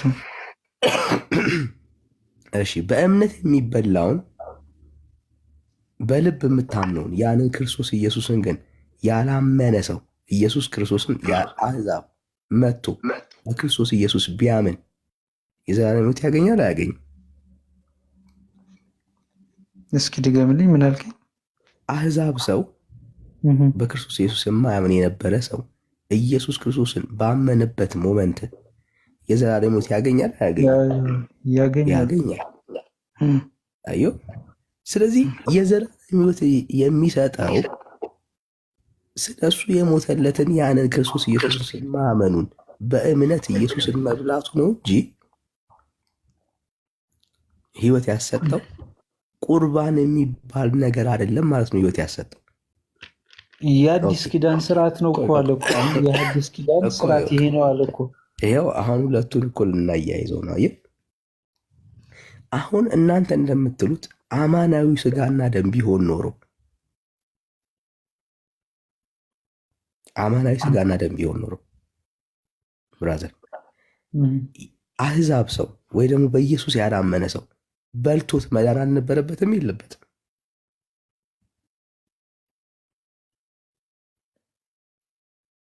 ያማ እኮ ኦልሬዲ በዚህ አይደለም በዋናው በኢየሱስ የእግዚአብሔር ልጅ መሆኑን ሳያምን እንዴት ሊድን እንዴ ይችላል? አንድ ነው እያልከኝ አይደል እንዴ? የጌታ ስጋና ደም አንድ ነው አማናዊ ነው እያልከኝ አይደል እንዴ? ስርዓት እኮ ነው ይሄ እኮ ስርዓት ነው። ለምሳሌ ልክ እንደ ጥምቀት ለምሳሌ አሁን አንተ ታምናለህ አይደል? አምነህ ለምሳሌ ትጠመቃለህ። አየኸው? ስለዚህ ስርዓት ነው የምትለኝ ከሆነ ስርዓት የሚሆነው መታሰቢያነቱ ለምንድን ነው ማለት ነው? የአዲስ ኪዳን ስርዓት ይሄ ነው ይላል። ለምሳሌ አሁን ለምሳሌ በኦሪት በግ ይሰዋ ነበር አይደል? ኦሪት ላይ ለኃጢአት ስርየት ለምሳሌ በየጊዜው ኃጢአታቸውን ለማስተስሪያ። እንግዲያውስ ታዲያ ላላመነ ሰው ለምን ገና ደሜን ያልበላ ኃጢአቱ አሁንም በሐዲስ ኪዳን ደግሞ ኃጢአት የሚስተስ እንዲድን ለምን አትሰጠውም ነው? ወዴት ነው ጥያቄው የምትገለብጠው? ላላመነ ሰው እንዲድን ለምን አትሰጠውም? ላላመነ ሰው ለምን ትሰጠዋለህ? ኦልሬዲ እንዲድን ነው። ኃጢአት ስላለበት በደል ስላለበት እንዲድን ለእኛ ላመን ነው። ለምሳሌ በኃጢአት ስንመላለስ ከስጋው ደግሞ ስንወስድ ከኃጢአት እነጻለን ማለት ነው። በኦሪትም እኮ ያመኑባቸው መስዋዕት ሰዎች የት ነው በኦሪት የምትሄደው? አሁን ስለ ኢየሱስ አለ እያወራን አይ የኦሪትን ምሳሌ እየሰጠው እኮ ኦሪት እኔ አሁን እያወራሁኝ ያለሁት ብራዘር ይሄ ስጋና ደም አማናዊው ከሆነ ኦኬ የዘላለም ሕይወት የሚያሰጥ ከሆነ ለምንድን ነው እሱ ላላመኑ ሰዎች እየሰጠ የዘላለም ሕይወት እንዲያገኙ የማታደርገው? ምን ማለት ነው? በክርስቶስ ኢየሱስ ላላመኑ ሰዎች ስጋ ደሙን እየሰጠ ይሄ ቁርባኑን እየሰጠክ ማለት ነው። ለምንድን ነው እሱ የዘላለም ሕይወት እንዲያገኙ የማታደርገው? በመብላት የዘላለም ሕይወት የሚሰጥ አይሉም እኮ አይወስዱትም እኮ ኦልሬዲ ሳያምኑ እኮ ለምን ይወስዳሉ? ማመን አለባቸው እንደሚያድን እኮ ማመን አለባቸው። ቆይ ብራዘር ማመን አለባቸው ካልከኝማ ኢየሱስ ክርስቶስን በማመን ነው የዘላለም ሕይወት የሚያገኙት ማለት ነው እነዚህ ሰዎች። እያልኩኝ ያለሁት አንተ ቁርባንን አምነኸው ነው ወዳጄ ነው ወይስ በልተኸው ነው የጌታ ስጋና ደም በላውኝ የምትለው? የጌታ ስጋና ደም ለኃጢአት ስርየት እኮ ነው። አሁን ለምሳሌ ኃጢአት የሚሰረየው ስጋው ደግሞ አሁን የጠየቅኩን ጥያቄ አትዝለል ወዳጄ። ቁርባኑ አምነኸው ነው ወይስ በአፍ በልተኸው ነው የጌታ ስጋና ደም በላሁት የምትለው? አምኜ በአፌ በልቼው ማለት ነው። መጀመሪያ አምናለሁ ከዛ በአፌ ወዳጄ በአፍ በልተኸው አይደል? አምኜ ማለት ነው ማለት ነው መጀመሪያ እንደሚያድነኝ አምናለሁ አይደል? ወደዛ ስቀርብ ወደ ስጋው ደግሞ ስቀርብ ለምሳሌ እኔ ስጋው ደግሞ መቀበል ስፈልግ እንደሚያድነኝ አምኜ ነው ወደ ስጋው ደግሞ የምቀርበው። ስለዚህ በአመንክ ሞመንት ያድንህ ነበር ባትበላው። ሞመንቱ ብቻ ሳይሆን ያን መውሰድም አለብህ ኦልሬዲ ያ ስራ ተሰራ። ጥሩ። ስለዚህ ላላመነ ሰው ለምን ሰጥተህ አታድነውም ነው አርጊመንቱ። ያላመነ ሰውማ ለምን ይወስዳል ነው ሲጀምር። ያላመነ ሰው እንዴት ስጋው ደግሞ ይቀበልል? ስጋና ደሙን የሚበላ ሰው የዘላለም ሕይወት አለው እያልከኝ እኮ ያለው ወዳጅ። ስጋው ደግሞ ላመነ እኮ ነው። ላመነ ሰው አየህ፣ በቃ የት ውስጥ ነው አሁን እየተደበክ ያለው? ያመነ ነው እያልከኝ ያለው። ስለዚህ አማናዊ ስጋና ደም የክርስቶስ ኢየሱስ በቀራንዮ ላይ የፈሰሰው ያ ስጋና ደም በእምነት የምትበላው ነው እንጂ በአፍ የምታስገባው አይደለም ማለት ነው። በአፍ ኦልሬዲ ሰጠን እኮ በአፍ እንደምናስገባው ቆርሶ ሰጠን አይደለም። በእምነት ቢሆን እኮ ያን ቆርሶ አይሰጠንም ነበር። በአፍ የምታስገባው ቢሆን ይኸውልህ፣ አየህ፣ በአፍ የምታስገባው ስጋና ደም እሱ የምን መታሰቢያ ነው? መታሰቢያ ብቻ ሳይሆን አዳኝም ነው ብዬ ነው። ቢያድንማ ኖሮ አሁን ለአሕዛብ ለማያምን ሰው ተሰጠው ነበረ፣ ሰዎችን በልተውት እንዲድኑበት። ለምን እንዴት ይድናሉ? ኦልሬዲ አሁን እኮ እንዴት ይድናሉ ካልከኝ አሁን ይሄ ስጋና ደም በልቶ የሚድነው በልታችሁ በአፍ ውስጥ በልተ በአፍ ጠጥተ የሚዳን ከሆነ ትሰጠው ነበር አለ ሰው ለማያምን ሰው። ለምን በልቶት እንዲድን። አየህ ለሰው ሁሉ እንሰጥ ነበር። የማያምን ሰው እኮ አይቀበልህም ሲጀምር። ይሄን ነገር እንኳ ብትለው እንዲድን እኛ ምን አገባን? የበላው ሰው የዘላለም ሕይወት ያገኝ የለ በአንተ አስተምሮ መሰረት አስገድዳት ሰጠው። ኦልሬዲ ሳይፈልግ እኮ የዘላለም ሕይወት እንዲያገኝ ብራዘር፣ የበላው የጠጣው የዘላለም ሕይወት ያገኛል ከሆነ አርጊመንት በአፍ ውስጥ በማስገባት በአፍ በመጠጣት በአፍ በመብላት ከሆነ የዘላለም ሕይወት የሚገኝ ትሰጣለህ ለሰው። ምን ችግር አለ? ያ ሰው ይበላል፣ ከዛ የዘላለም ሕይወት ያገኛል። ሁለቱም እኔ አይነጣጠሉም ብዬ ነው ማስበው። ማመንም ይሄ በአፍ የምንወስደው የምንበላው የምንጠጣውም ነገር ሁለቱም አስፈላጊ ስለሆኑ ይመስለኛል ክርስቶስ ያን ያደረገው እንጂ በእምነት ብቻ ቢሆን አስቡኝ ብቻ ለምን አይላቸውም? በቃ ኦልሬዲ ያን ስለዚህ ሄደ የምትደበቀው የቱ ጋ ነው? መሰረት ምንድን ነው? እሱ እምነት ጋ ነው። አሁን ሰው በአፉ ሳይበላ በአፉ ሳይጠጣ ኢየሱስ ክርስቶስን ግን በማመኑ የዘላለም ሕይወት ያገኛል ወይስ አያገኝም? መጀመሪያ ያው እሱ ነው መሰረቱ እሱ ነው ያገኛል።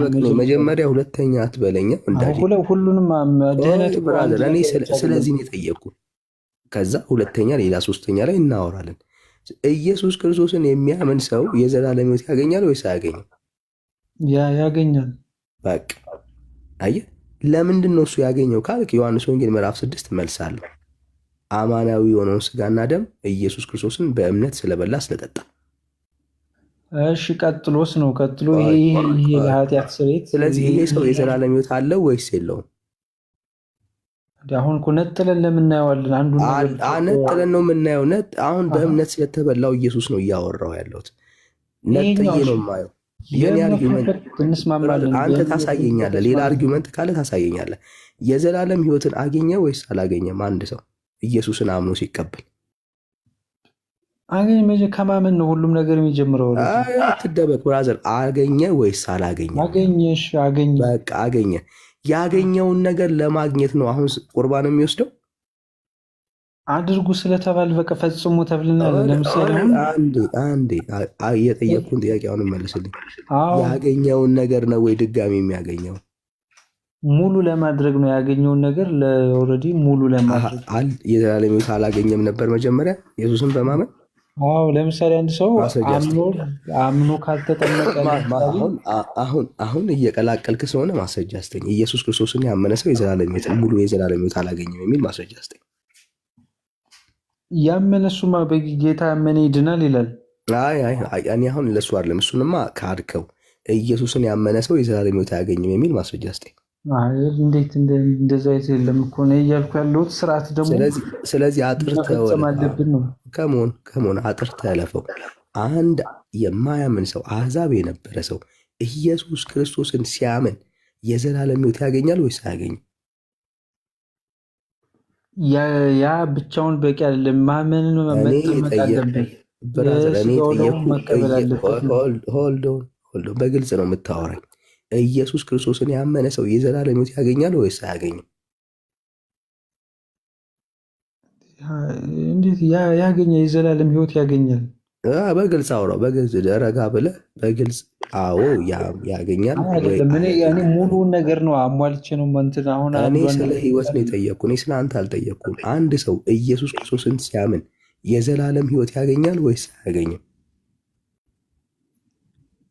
ያገኛል። የሚያገኘው ይሄ የዘላለም ሕይወት ሙሉ የዘላለም ሕይወት ነው ወይስ አይደለም? ሙሉ አይደለም። መጠመቅ ማስረጃ ስጠኝ። ሙሉ አይደለም። ኢየሱስን በማመን የሚገኝ የዘላለም ሕይወት ሙሉ አይደለም የሚል ማስረጃ ስጠኝ። ያመነ የተጠመቀ ይድናል ይላል። ለምሳሌ አሁን መጠመቅ አለበት። እኔ ኢየሱስ ክርስቶስን ያመነ ሰው ሙሉ የዘላለም ሕይወት የለውም የሚል ማስረጃ ስጠኝ ያልኩ። እንዴ ይኸው ያመነ የተጠመቀ ለምሳሌ የተጠመቀን ጨመረበት እኮ። ለምሳሌ የሚድን ሰው የተጠመቀ መሆን አለበት እኮ። እስቲል አላሳየኝም። አሁንም ሙሉ ነው የማየው የዛ ክፍል ላይ እኔ ኢየሱስን ያመነ ሰው የዘላለም ሕይወት አያገኝም የሚል ማስረጃ ስታይ ነው እያልኩ ያለሁት። አያገኝም ግዴታ ቃሉ እኮ አይደለም የሚያስፈልገን። አንድ ሰው ለድህነት ማሟላት የሚያስፈልጉት እኔ ነገሮች ስለ አሉ። እምነት የጠየቅኩ ወዳጅ፣ ስለ እምነት የጠየቅኩ እምነት ብቻውን እኮ አያድንም እኮ። እምነት ብቻውን እንዴት ሊያድን ይችላል? ኦልሬዲ ከእምነት በኋላ እኮ ማድረግ ያለብህ ነገሮች አሉ እኮ። ስለዚህ በኢየሱስ መፈጸም የሚያምን ሰው የዘላለም ሕይወት የለውም ነው እያልከኝ ያለው? ያ አሁን እኮ የለውም አለውም ለማለት ይሄ እንትን ነው። ኦልሬዲ አምነህ የምታደርጋቸው ነገሮች አሉ። በቃ ስለዚህ የካርካቸውን ሀሳቦች እናያቸው፣ ችግር የለም። እሺ መጽሐፍ ቅዱስ እጅ ላይ እንዳለ አስባለሁ። ከዛ አንተ ይሄኛው የጎደለውን እምነት ታሳየኛለህ ማለት ነው። እሺ በጣም ትልቅ ነገር ነው የሳትከው፣ እናየው። እሺ መጽሐፍ ቅዱስ አለ እጅ ላይ አውጣው። ዮሐንስ ወንጌል ምዕራፍ 3 ላይ ገባ። ዮሐንስ ቁጥር 16 አውጣ።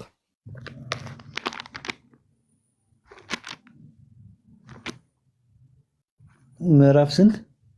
ዮሐንስ 3:16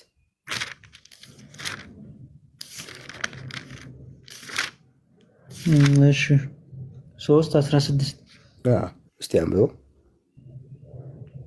እሺ ዓለም በልጁ እንዲድን ነው እንጂ በዓለም እንዲፈርድ እግዚአብሔር ወደ ዓለም አላከውምና በእርሱ የሚያምን አይፈረድበትም። በማያምን ግን በአንዱ በእግዚአብሔር ልጅ ስም ስላላመነ አሁን ተፈርዶበታል። 3:16 አንዴ ደግሞ 3:16 እሺ በእርሱ የሚያምን ሁሉ የዘላለም ሕይወት እንዲኖረው እንጂ እንዳይጠፋ እግዚአብሔር አንድያ ልጁን እስኪሰጥ ድረስ ዓለሙን እንዲሁ ወዷልና። እሺ በማን የሚያምን? በልጁ የሚያምን ማለት ነው። በኢየሱስ የሚያምን የዘላለም ሕይወት አለው ወይስ የለውም? በዚህ ክፍል መሰረት አለው። እርግጠኛ ነህ? እኔ መጽሐፍ ቅዱስ አማኝ እኮ ነኝ እኔ። እሺ በጣም ጥሩ። እዚህ ውስጥ በኢየሱስ ከማመን ውጭ ሌላ ነገር የተገለጸ አለ? እዚህ የለም። ሌላ ቦታ ደግሞ የተገለጻል። ያው አንድ ቦታ ላይ ሁሉም አይገኝም። ስለዚህ አሁን ኢየሱስ ክርስቶስን የሚያምን ሰው የዘላለም ሕይወት አለው ወይስ የለውም? አለው እንጂ አለው። ይሄ የዘላለም ሕይወት ጎዶሎ ነው? ጎዶሎ አይደለም። ራሱ ማመን አንዱ ነገር ነው። በቃ የመጀመሪያውና ዋነኛው ነገር ኦልሬዲ ማመን ነው።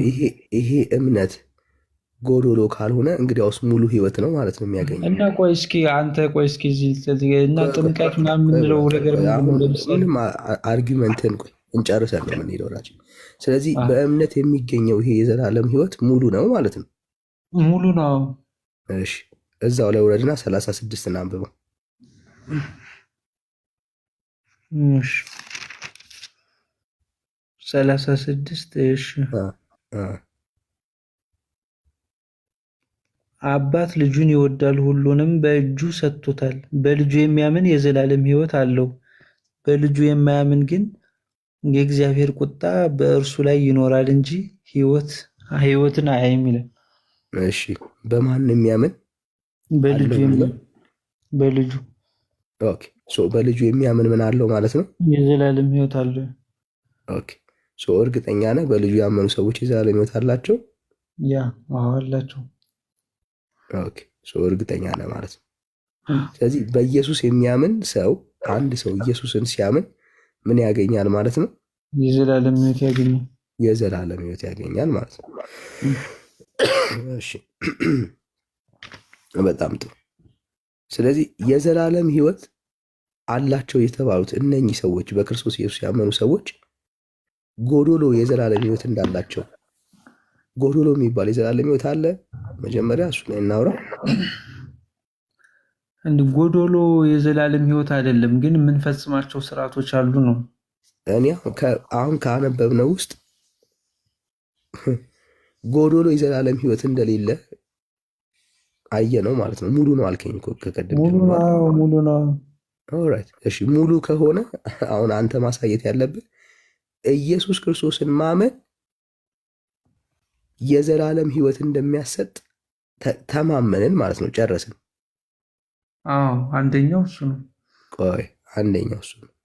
ስለዚህ አንድ በክርስቶስ ኢየሱስ ያላመነ ሰው ኢየሱስ ክርስቶስን ሲያምን ምን ያገኛል ማለት ነው? የዘላለም ህይወት። እንዳትረሳ ያልከው እሺ፣ ምን ያገኛል? የዘላለም ህይወት። በጣም ጥሩ።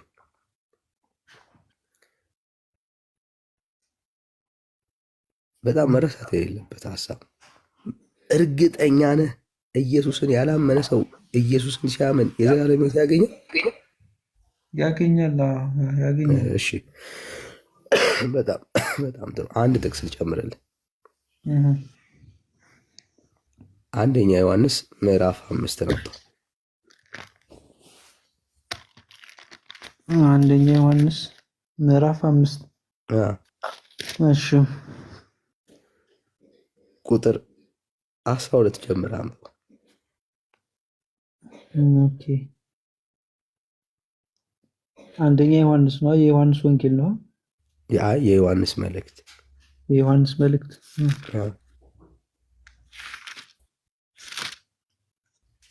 የዮሐንስ መልእክት። እስኪ ወይ ሌላ ያወጣ ሰው ካለ ችግር ያነብላል። ልጁ ያለው ህይወት አለው ይላል። ማን ያለው? አብ ያለው ልጁ ያለው እሺ። እግዚአብሔርም የዘላለም ህይወት እንደሰጠን ይህም ህይወት በልጁ እንዳለ ምስክሩ ይሄ ነው። በደምብ ስማ። እግዚአብሔር የዘላለም ህይወት እንደሰጠን ዶንት ፎርጌት። እግዚአብሔር የዘላለም ህይወት እንደሰጠን ይህም ህይወት በልጁ እንዳለ ምስክሩ ይህ ነው። ምንድን ነው ምስክሩ? ልጁ ያለው ህይወት አለው። የእግዚአብሔር ልጅ የሌለው ግን ህይወት የለውም ማለት ነው። አንተ ልጁ አለ ኢየሱስ ክርስቶስ አለኛው። ኢየሱስ ክርስቶስ ካለ መጽሐፍ ቅዱስ እርግጠኛ የዘላለም ህይወት እንዳለ ይናገራል። ይህንን የዘላለም ህይወት ያገኘኸው እንዴት ነው? እርግጠኛ የሚያደርገው ህይወት ያገኘኸው እንዴት ነው? ቁጥር 13ን አሁን በደንብ በማስተዋል ስማኝ። የዘላለም ህይወት እንዳላችሁ ታውቁ ዘንድ በእግዚአብሔር ልጅ ስም ለምታምኑ ይህን ጽፌላችኋለሁ። የዘላለም ህይወት ምን እንዳላችሁ ብራዘር፣ ዴይሊ ሹር ነው መጽሐፉ። ታውቁ ዘንድ በእግዚአብሔር ልጅ ስም ለምታምኑ። በማን ለምናምን? በእግዚአብሔር ልጅ ስም ለምናምን ለእኛ ተጽፎልናል። በእግዚአብሔር ልጅ ስም የሚያምን ሰው የዘላለም ህይወትን አያገኝም ማለት በጣም ከባድ ምንፍቅና ነው። ሰው በእግዚአብሔር ልጅ በክርስቶስ ሲያምን የዘላለም ህይወት አለው፣ እርግጠኛ ነው።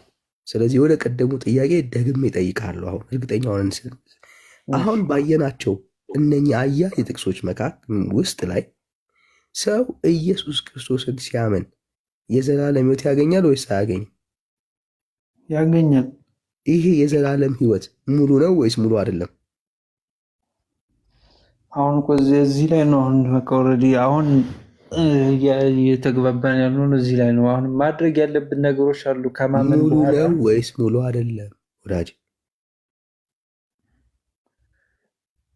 ሙሉ ነው። መጀመሪያ ሙሉ ነው፣ ዋናው ነገር እሱ ነው። ግን ከዛ በኋላ ደግሞ ማድረግ ያለብን ሙሉ ነው ወይስ ሙሉ አይደለም? በደንብ እንድትመልስ ይፈልጋል። ሙሉ የማይሆንበት ለምሳሌ ካልተጠመቅ አድንም። አሁን አሳየኝ። አሁን የምታሳየኝ ጥቅስ ካልተጠመቃችሁ የዘላለም ሕይወት የላችሁም የሚል ማስረጃ ያመነ የተጠመቀ ይድናል እኮ ይላል። እኔ ስላመነ ሰው አይደለም እየጠየቅኩ ያለሁት። አሁን ካልተጠመቃችሁ አትድኑም የሚል ማስረጃ ስጠኝ። ያመነ የተጠመቀ ይድናል ካል እኮ ያው ያላመነ ያልተጠመቀ አይድንም ማለት እኮ አይልም ብራዘር፣ አይልም። እና ታዲያ ምንድን ነው? አሳየኝ። እንደዛ ካለ አሳየኝ። ዲና ያል ውስጥ ትገባለህ እንጂ ካልካድክ በስተቀር እውነት የእግዚአብሔርን ቃል ታማኝ ከሆንክ አንተ የምትለውን ሀሳብ መጽሐፍ ቅዱስ ውስጥ አታገኝም። ካልተጠመቃችሁ አትድኑም የሚል ማስረጃ ስጠኝ። ይድናል ካለ እኮ ያመነ የተጠመቀ ይድናል ካለ እኮ ኦልሬዲ ሌላ ምንም አማራጭ የለም። ማመን ሎጂክን ተውና ከእግዚአብሔር ቃል አሳየ። እኔ ያላመነ ሰው እንደማይድን አሳያለሁ ወዳጅ። አሁን አንተ ያልተጠመቀ ሰው እንደማይድን አሳየኝ ነው እያልኩ ያለሁት። ያመነ የተጠመቀ ይድናል ካለ ምን ሌላ ካለ አሁን ሎጂክ አይደለም ማስረጃ ስጠኝ ያልኩ። ያልተጠመቀ ሰው አይድንም የሚል ካለ ስጠኝ፣ ከሌለ የለኝም በለኝ። በእኔ የማመጣልህ ማስረጃ የለም። ግን ይሄ በዚህ ብቻ የለም ነው የምትለኝ። እግዚአብሔር ይባርክ። የለህም። ያምን የተጠመቀ ሎጂካል እኮ መጽሐፍ ቅዱስ እኮ ነን ሎጂካል ሎጂክ አይደለም እያወራን ነው። ስለ እግዚአብሔር ሀሳብ ነው እያወራን። ሎጂክ የለውም እንደ መጽሐፍ ያላመነ ሰው ከሌለ በቃ ሎጂክን ያልቀበልህማ። ሎጂክ አይደለም ጉዳዩ። በሎጂክ እኮ ነው የሚጻፈው። ስነ ጽሁፍ አይደል መጽሐፍ ቅዱስ ስነ ጽሁፍ ነው። ያልተጠመቀ ሰው ይፈረድበታል የሚለው ያላመነ ኦልሬዲ ያመነ የተጠመቀ ይድናል ይላል። እሱማ ጥያቄ ያመነ የተጠመቀም ይድናል። ያላመነ ግን ምን ይላል? ይፈረድበታል። ቴንኪው። አየህ፣ ሰዎች የሚፈረድባቸው ካለማመናቸው የተነሳ ነው እንጂ ካለመጠመቃቸው የተነሳ አይደለም ማለት ነው። ስለዚህ ግዴታ አይደለም ነው። አሁን አለመጠመቅ ከሆነ አሳየኝ። ጥምቀት ግዴታ ነው የሚል ትምህርት ካለ አሳየኝ። ለመዳን አንድ የመጽሐፍ ቅዱስ ጥቅስ አታሳየኝ። ጥምቀት ለመዳን ግዴታ ነው የሚል አንድ የመጽሐፍ ቅዱስ ጥቅስ የለም። አንድ ማለት ነው፣ ለምልክት የሚሆን አንድ ጥቅስ የለም። ዳግም ከውሃና ከመንፈስ ካልተወለዳችሁ አድኑም ይላል እኮ አይደል? ብራዘር፣ ስለ ጥምቀት ነው እያወራን ያለን። ውሃ ጥምቀት አይደለም እንዴ? እዛ ጋ ሄደን ብትደበቅ አያስኬድህም ብራዘር። አይደለም።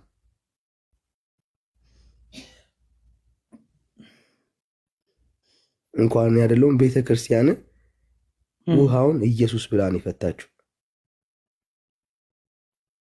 ሰው በክርስቶስ ኢየሱስ በማመን ነው ዳግም የሚወለደው። በውሃ ዳግም አይወለድም። ውሃ ዳግም ቢወልድ ኖሮ ኢየሱስ መምጣት አያስፈልገውም ነበር።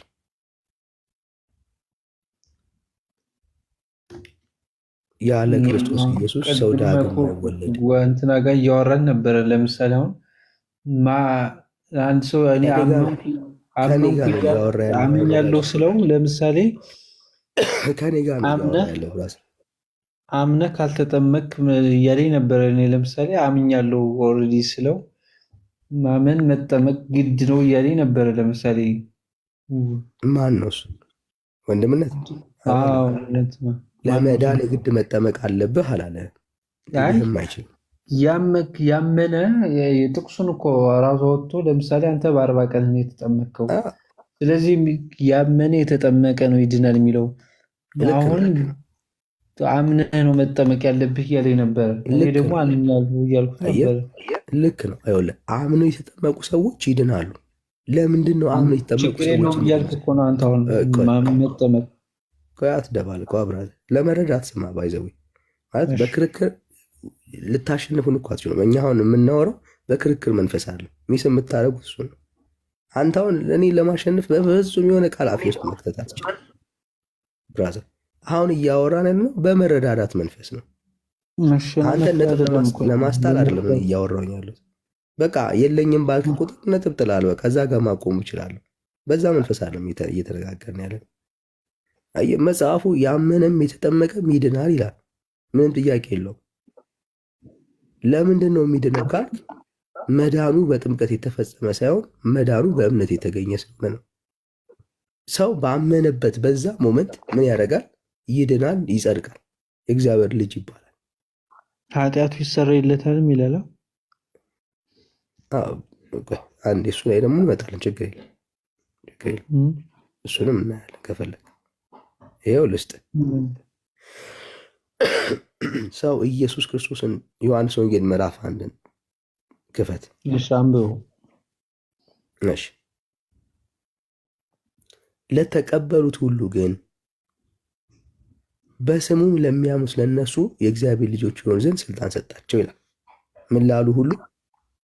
በስሙ ለሚያምኑ። በስሙ ለሚያምኑ ኢየሱስን ለተቀበሉ ሁሉ ማለት ነው። ምን ይሆኑ ዘንድ? ልጆች ሆኑ፣ የእግዚአብሔር ልጆች ይሆኑ ዘንድ። ሰው ኢየሱስ ክርስቶስን አምኖ ሲቀበል ምን ያገኛል ማለት ነው?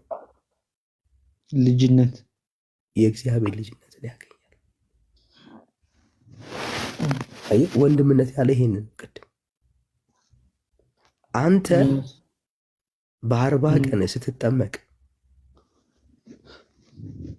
አምነህ የተጠመቀው? አይ ያኔ አላመንክም። አየህ፣ ሰው በመጠመቅ እንግዲያውስ ያለ እምነት በመጠመቅ ሊድን አይችልም። ለምን? የእግዚአብሔር ልጅ አልሆንክም ገና።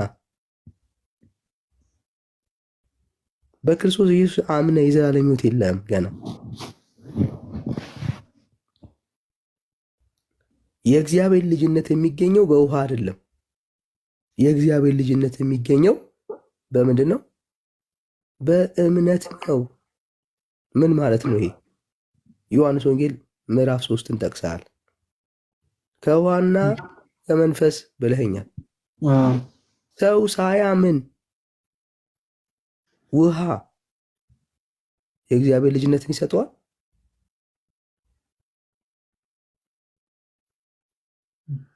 ይሰጠዋል? አይ ማመን አለበት። አንተ አምነህ የተጠመቅከው? አይ ከውሃና ከመንፈስ ይላል። ያው ኦልሬዲ ከውሃና ከመንፈስ ዳግም ተወልጃለሁ። ያው በአብ በወልድ መንፈስ ከሞን ብራዘር፣ ሰው ከውሃ ሲል ምን እያለ ነው ያለው? ጥምቀት አልከኝ አይደል? አይደል? ሴክ ኦፍ አርጊመንት ላሳየ እንደማይል ሐሳቡ እንድትረዳው ነው ያመጣሁልህ። ክፍሉ አያወራም ስለ ጥምቀት አያወራም። ከውሃና ከመንፈስ ጥምቀት ሲል ውሃ ሲል ምንድን ነው እያልከኝ ነው ያለው? ጥምቀት። መንፈስስ ሲል ያው እምነት ማለት ነው። መንፈስ ማለት እምነት ማለት ነው። አይ ያው በማመን ያው የምትጠመቅበት ማለት ነው። መንፈስ ሲል ምን ማለት ነው? ያው መንፈስ ቅዱስ ያው ትጠመቃለህ ማለት ነው። ምን አልከኝ? ትጠመቃለህ ያው በማመን በአብ በወልድ በመንፈስ ቅዱስም ትጠመቃለህ ማለት ነው። እኔ ጠየቅኩ መንፈስ ሲል ምን ማለቱ ነው ያልኩ። እንዴት ትጠመቃለህ? የእግዚአብሔር መንፈስ ነው። የእግዚአብሔር መንፈስ።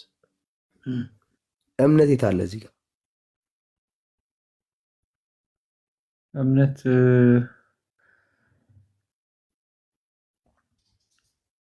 እዚህ ጋር አልተጠቀሰም። አየህ፣ ስለዚህ በአንተ አስተምሮ በኦርቶዶክስ አስተምሮ መሰረት ከሄድን ሰው በውሃ ብቻ የዘላለም ሕይወት ያገኛል ማለት ነው። በውሃ ብቻ የዘላለም ሕይወት ያገኛል። አንድ ቦታ ላይ እኮ ላይኖር ይችላል እኮ የሆነ የተለያየ ቦታ ላይ ሊኖር ይችላል። አንዱ ጋር ስለማመን ሊያወራ ይችላል። ደስ ያለ ቦታ ሂድና ሰው በውሃ የዘላለም ሕይወት እንደሚያገኝ ማስረጃ ስጠኝ። ደስ ያለ ቦታ ሂድና ያው ቅድም ያልኩ የኃጢአት ስርየት ያገኛል ይላል። ደስ ያለ ቦታ ሂድና እኮ አልኩህ፣ ጥቀሰው። ደስ ያለ ቦታ የኃጢአት ስርየት እንደሚያገኝ ደስ ያለ ቦታ ሂድና በውሃ ሰው የዘላለም ሕይወት እንደሚያገኝ ማስረጃ ስጠኝ። ደስ ያለ ቦታ ጥቀስ እኮ አልኩህ፣ እድል ሰጠው።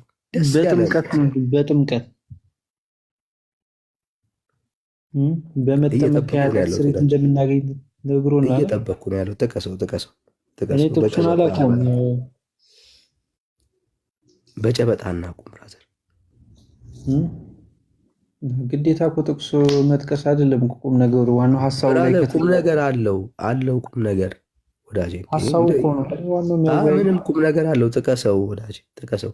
ጥቅሱን እኔ አላውቀውም ግን አለ። እንደዛ ለምን ሰርች አድርገው ብራዘር፣ ሰርች አድርገው ፈልገው። ወይ ስልክ እንትን ምቹ አይደለም ሰርች ለማድረግ አሁን ያዝኩት። የምታውቀው ከሆነ አንተ አውጣውና እስኪ አንብበው። እሱን የኔ ስለነካው እናንተ የምትሉትን ጥቅስ ነው ያላውቀው ብራዘር። ተው እንጂ ምን አንዳንድ የምንጠቀመው የምሬን ነው የምልህ። እኔ እናንተ የምትሉትን ጥቅስ አላውቀው። እንድትረዳው ነው ይህንን እያልኩ የተለያየ መጽሐፍ ቅዱስ አለ እንዴ? አንዴ ብራዘር ይኸውልህ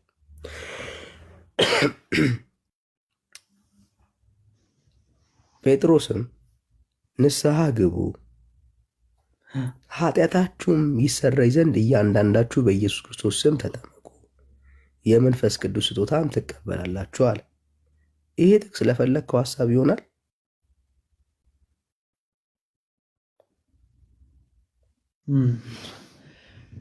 እስኪ ድገመው አንዴ። ይቅርታ። ጴጥሮስም ንስሐ ግቡ ኃጢአታችሁ የሚሰረይ ዘንድ እያንዳንዳችሁ በኢየሱስ ክርስቶስ ስም ተጠመቁ የመንፈስ ቅዱስ ስጦታም ትቀበላላችሁ አለ።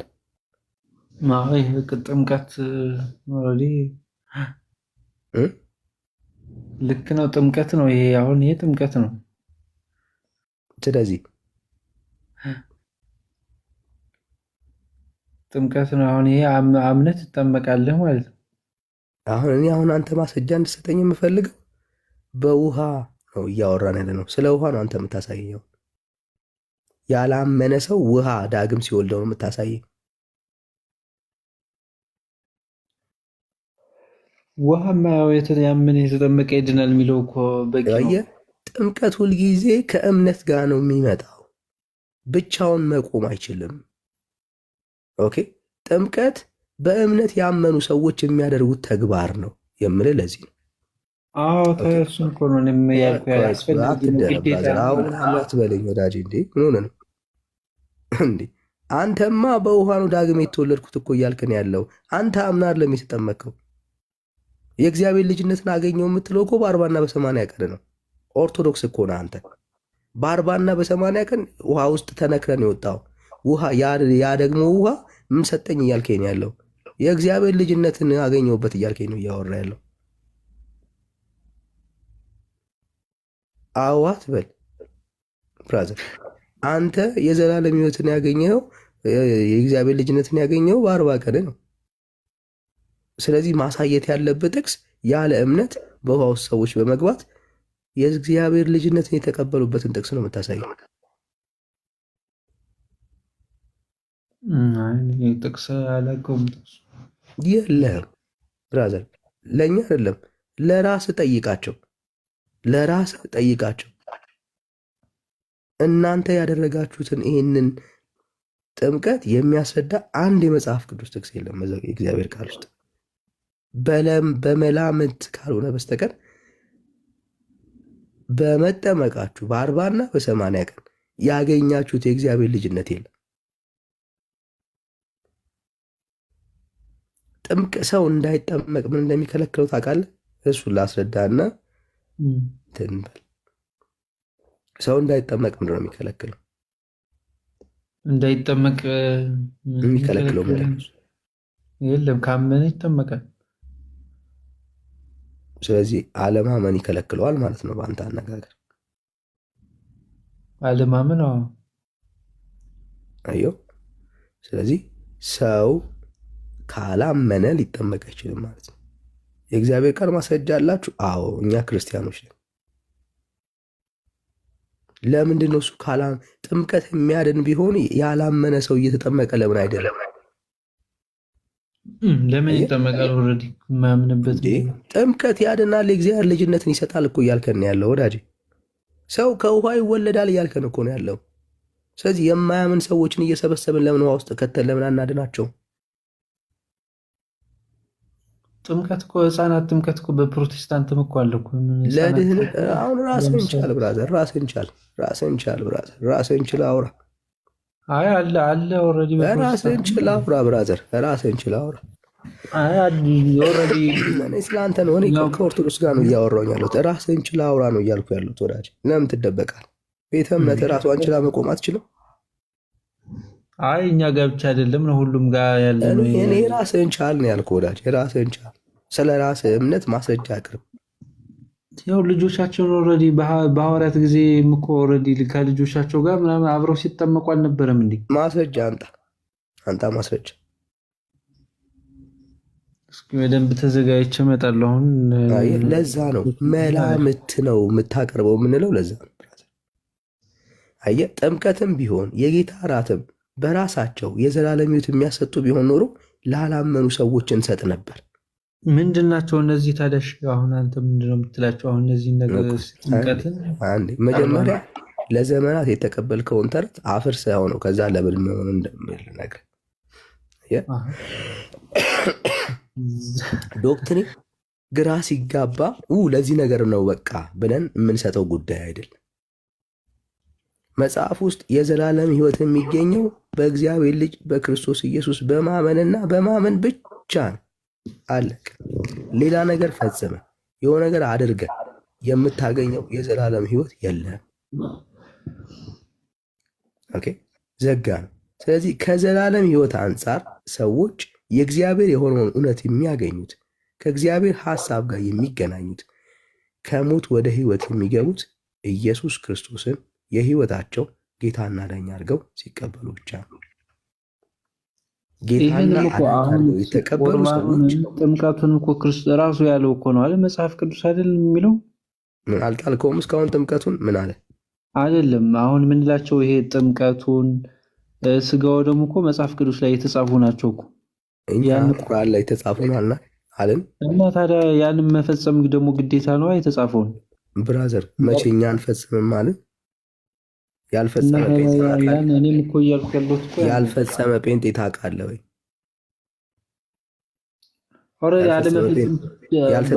ያልተጠመቀ ጴንጤ ታውቃለህ ወዳጅ? አሁን እኮ አንተ እያልከኝ ያለው ግዴታ አይደለም መጠመቅ። ያልተጠመቀ ታውቃለህ ወይ ወዳጅ? አትደባልቅ። ያልተጠመቀ ጴንጤ ታውቃለህ? እኔ መረጃው የለኝም። አንጠመቅም ያለ ጴንጤ ታውቃለህ? እኔ መረጃው የለኝም። አጠቃላይ ስለ ጥምቀትና ስለ ስጋው ደግሞ ያለ በቃ እንግዲያውስ ዛሬ አንድ ነገር በህይወት ላይ ጨምረህ ተኛ ብራዘር። ይኸው አንጠመቅም ያለ የወንጌል አማኝ ቁርባን ወይ ደግሞ የጌታ ስጋና ደምን አንወስድም ያለ ማንም የለም። እዚህ ውስጥ የምታያቸው ሁሉ ተጠምቀናል። ሁላችንም የጌታ ስጋና ደምን እንወስዳለን። ሁላችንም አትደባልቁ ነው የምንለው። ለመዳናችን ግን ውሃው ስንገባ አይደለም ያገኘነው ድነታችንን። የዳነው በመስቀል ላይ በክርስቶስ ኢየሱስ በተከፈለ ዋጋ ነው። እሱን ደግሞ አምነን የተቀበልነው። ልጅነት ያገኘነው ቃሉ እንደሚናገረው ላመኑት ለተቀበሉት ለነሱ የእግዚአብሔር ልጅነትን እንደሚያገኙ የተጻፈላቸውን ያንን የእግዚአብሔርን ቃል አምነን የተቀበልነው። ባመነን ጊዜ እግዚአብሔር ልጆች ሆነናል ሁላችን። ስለዚህ የዘላለም ሕይወት ለማግኘት አይሆኑም ነው እያልናቸው ያለ ነው። ምን ማለት ነው? ለድህነት ነሰሰሪ አይደሉም እነኚህ ጉዳዮች። ኦኬ ነሰሰሪ አይደሉም። ይኸው ተጠመቅ ያለው የተጠመኩት ግን ለመዳን የዘላለም ሕይወት ለማግኘት አይደለም።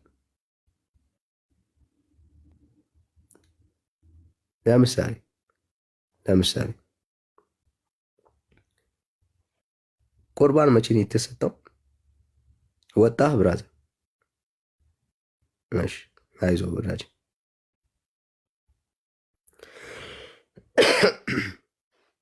አይዞህ ማለት ባይዘው ስራ እጅግ ርቃ ነው ያለችው ቤተክርስቲያኒቱ። ወግና ስርዓቷ የምትፈጽማቸው ጉዳዮች የዘላለም ሕይወት እንደሚያሰጥ አይነት ትምህርት ነው የምታስተምር። ይሄ ከባድ ምንፍቅና ነው። ከባድ ምንፍቅና ነው። በጣም ከባድ ምንፍቅና ነው።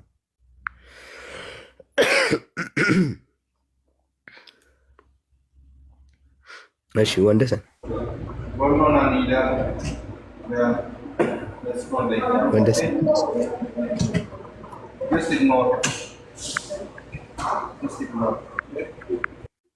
በጣም ከባድ ምንፍቅና ነው።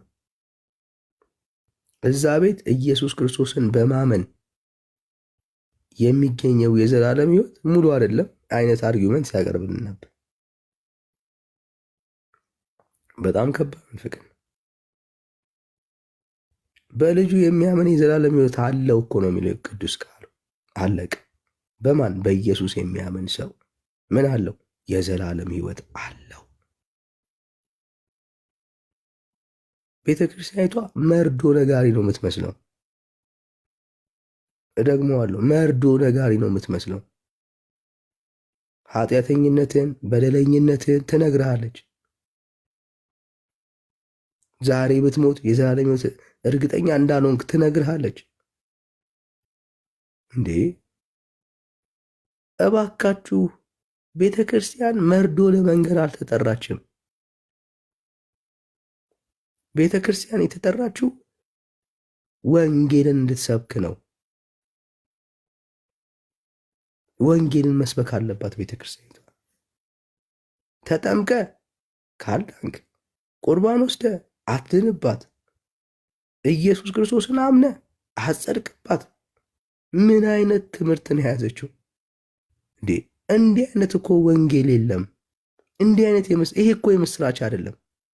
ቄሱም ጳጳሱም ዲያቆኑም አንድ መንግስተ ሰማያት በር ላይ እንኳን ቆመ የዘላለም ሕይወት እንዳለ መንግስቱ እንደምትወስድ እርግጠኛ አይደለህም፣ እርግጠኛ አይደላችሁም እያለች የምትሰብክ ቤተክርስቲያን። የጌታ ቤተክርስቲያን እንዲህ አይነት የጌታ ቤተክርስቲያን የለችም። ባይተው ራሷን ማየት ማደስ አለባት። ቤተክርስቲያን የምስራች ሰባኪ ናት። ኃጢአተኞች በደለኞች የሚጸድቁበት የዘላለም ሕይወት የሚያገኙበት ድንቅ የሆነ ለሰዎች የሚሆን የምስራች ያለባት ቤተክርስቲያን ናት። እኛ ጋር ነው፣ የወንጌል አማኙ ጋር ነው። ኃጢአተኛ ነህ፣ በደለኛ ነህ፣ አንተ ኢየሱስ ክርስቶስን እመን እንጂ ትድናለህ ይለዋል። የምስራች ማለት ይሄ ነው። ትጸድቃለህ፣ መንግስቱን ትወርሳለህ። ኢየሱስ ክርስቶስን በማመን የዘላለም ሕይወት ታገኛለህ። ዚስ ኢዝ ጎስፕል ብራዘርስ። ይሄ ነው ወንጌሉ። ይሄ ነው የምስራቹ። ይሄ ነው የምስራቹ። መንግስተ ሰማያት በር ላይ ገብት ቆመ እንኳን የት እንደምትገባ እርግጠኛ አይደለም። እድናለሁ አትበል የሚል ይሄ የምስራች አይደለም። ይሄ መርዶ ነጋሪ ነው። ይሄ የጌታን መንግስት የሚያገለግል አገልጋይ አይደለም ብራዘርስ።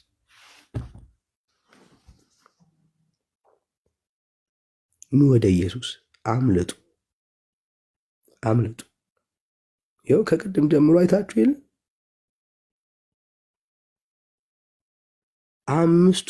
አምስቱን የቤተ ክርስቲያኒቷን አዕማደ ምስጢር ተምሮ ሰው ይድናል ይለናል። እሺ አንተስ ተምረሃል? አዎ ተምሬያለሁ። ኦርቶዶክስ ነህ? አዎ ኦርቶዶክስ ነህ። ዛሬ ብትሞት ገነት ትገባለህ? አይ አልገባም። ቤተ ክርስቲያኒቷ ውስጥ እንዴት ገነት እንደማትገባ የምታስተምር ነው የሚመስለው። የዘላለም ሕይወት እንዴት እንደማታገኝ የምታስተምር ነው የሚመስለው።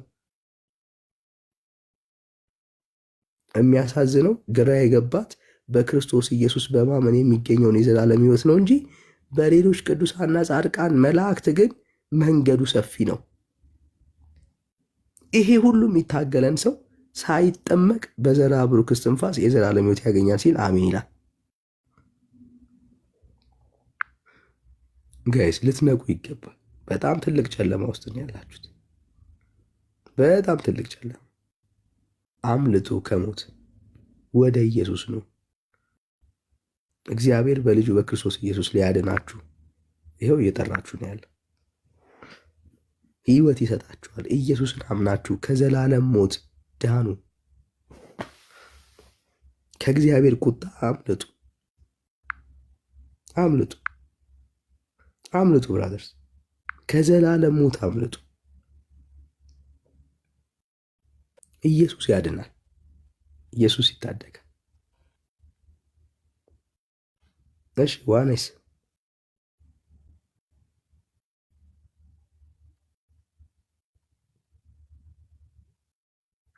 ሰላም። አቤት ሰላም። ስለ ኢየሱስ እኔ ልንገርህ። ከየት ቤተ እምነት ነው? እኔ ገምት ብራዘር፣ አሁን የልፊያ ሰዓት አይደለም። ከየት ቤተ እምነት ነው ራጅ? ከዋናው ነኝ። የመጨረሻ እድል ነው የምሰጥህ። ከየት ቤተ እምነት? ከኦርቶዶክስ። እኔ ኦርቶዶክስ ሆኜ ልንገርህ፣ አንተ ከምታውቀው በላይ በጣም ማርሶ ነኝ። ይኸውልህ የሞት እሺ ድምፅህን አስተካክለው። ነሳው። ኦኬ ቆይ ሆልድ ኦን ቆይ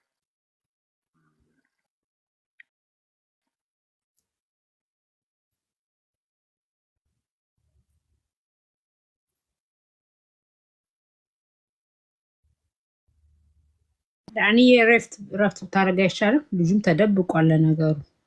እሺ ይህን እናስተናግደውና ለእናንተ ዱላውን ሰጥቼ እሄዳለሁ።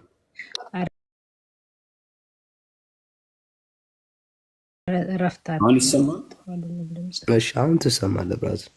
ኤርሚ ካለው ከሴት ጋር አላወራም፣ ከአንተ ጋር ነው የማወራው። እኔ አድምጠኝ። እየሰማሁ ነው። ከእኔ ጋር አንተ ስለ ኢየሱስ ታወራለህ? እስኪ አውራ እስኪ። እኔ ይኸውልህ የሞተው ከሙታን የተነሳው በአብ ቀኝ ያለው ኢየሱስ ለእኔ ለአንተ ብሎ የሞተው ይኸውልህ እንወዶ ዘንድ ደምግባት ራሱ የለው። አንተ አንድ ነገር የምታውቀው ግን እግዚአብሔር ይማርክ። እኔ በጣም ነው የምታሳዝነኝ። አንተና ኤርሚያስ ታሳዝኑኛላቸው። ኢየሱስ ተብሎ ለሰው ልጅ ስም ራሱ አይሰጠም። ገባህ? ግን አንተን ዳኒ ብዬ ጠርቼክ የሆነ ነገር ግዛ ብዬ ልክሃለሁ። ሳምቡሳ ግዛ ብዬ ልክሃለሁ። አንተና ኤርሚያስን ግን እንደማመጥ ብራዘር፣ ተደማመጥ መጀመሪያ። ሰላም ነው አይደል? ውሃ ብቻ ነው አይጠጣው። በቃ ተደማምጣ አውራ ብራዘር፣ ተደማምጣ አውራ። እኔ ያለው ለመላላክ አሁን ፍሪ ነኝ። ሳምቡሳ ለመላክ ሬዲ ነኝ። እንደውም ጥሩ ጫማ አድርጌያለሁ ለመሮጥ። ከዳኒ ጋር ተነጋገሩ። ሳምቡሳውን እኔ እላካለሁ። የልጅ ነገር እንግዲህ ሮጥሮጥ ልነግርህ የፈለኩትን መጀመሪያ ይኸውልህ ሜሴጁን አዳምጥ። ኢየሱስ ስሙ ራሱ ለሰው ስም የተሰጠ አይደለም። እሱ ገናና ነው። ግን ኤርሚያስ ብዬ ጠርቼ ወይ ዳኒ ብዬ ጠርቼ የሆነ ብር ሰጥቼ ግዛና መልሱን ያስወካል ትሮጣለህ። አንተ አልኩኝ ታደርገዋለህ። ኦኬ አሁን እኔ እኮ እሱን ላደርግ ነው። እንደውም ይኸውልህ ጥሩ መሮጫ ትራክ ላይ ነው ያለሁት። ላከኝና ሳምቡሳውን በመጀመሪያ ላምጣልህ። ከዛ ንግግሩ ወይ ከኔ ወይ ከዳኒ ጋር ምሳሌን የሰጠሁት አይ መሮጫ ትራክ አካባቢ ስላለሁ እንደው እግረ መንገዴ ለምን ዱብ ዱብ አልልም ብዬ ነው። ሱቅ የለም እዛ ሱቅ የለም።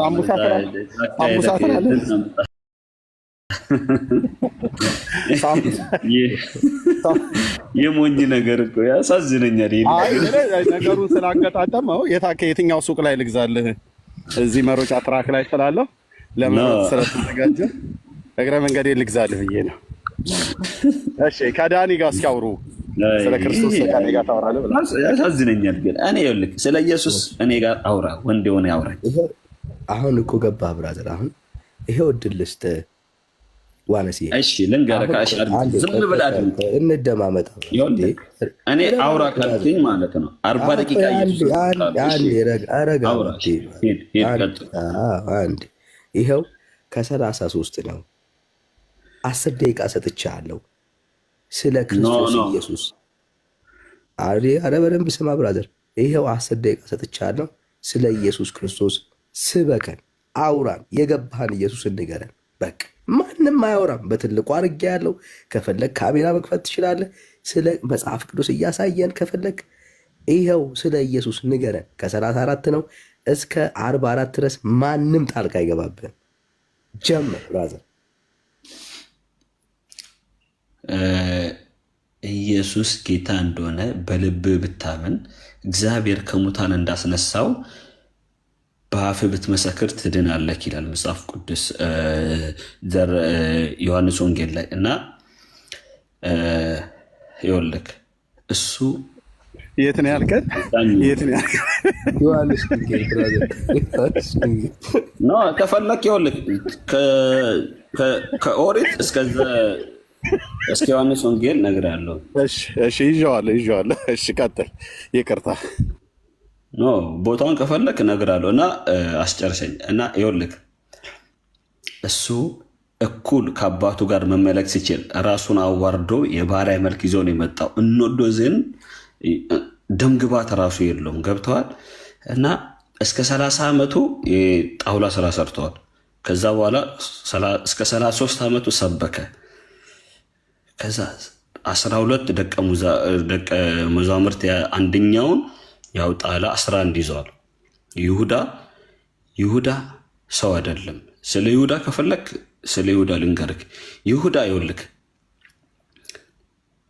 ይሁዳ አስመሳይ ነው።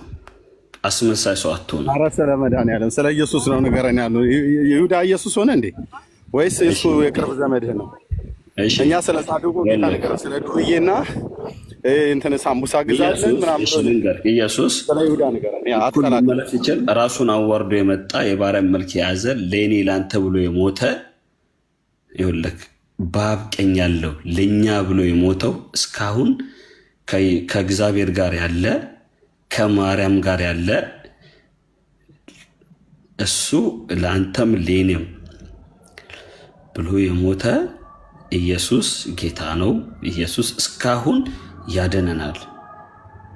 ገብቶሃል? ያልገባን ጥያቄ መጠየቅ ትችላለህ። እያስቆምከኝ ቀጠል ካልከኝ ቀጠላለሁ። ምን አወራህና ምኑ ገብቶ ጠይቃለህ? ምን ደናደሩ ዳንዬ፣ ሰላም ደሩላችሁ። ኧረ በመከራ የተሰበሰበ ህዝብ እንዳትመጥር ብለን ኧረ ደናደሩ በጌታ ያካል ገባህ አላለም እንዴ? ከውሃ ጋር ትምጡ ተብሏል እኮ እዚህ ቤት። እኛ ቤት ሲመጡ ብቻችሁን ነው ብሏል። ለምንድን ነው ሁለት ናችሁ የምትመጡት? ወጥተዱ ሰው አከብራል። ሰው ሲያወራ አላወራም። እኔ እያወራሁ ጣልቃ ነው የገባችሁ። ዝም ብዬ ሰማሻለሁ። ደናደሩ በቃ ካልገባችሁ ጠይቁ ይላል እንዴ? ምን አውርተን ነው ካልገባችሁ ጠይቁ? ሲጀምር እኔ ከአንቺ ጋር ምናምን አላወራም። እንዲሁም ከኔ ጋር ነው የምታወራው።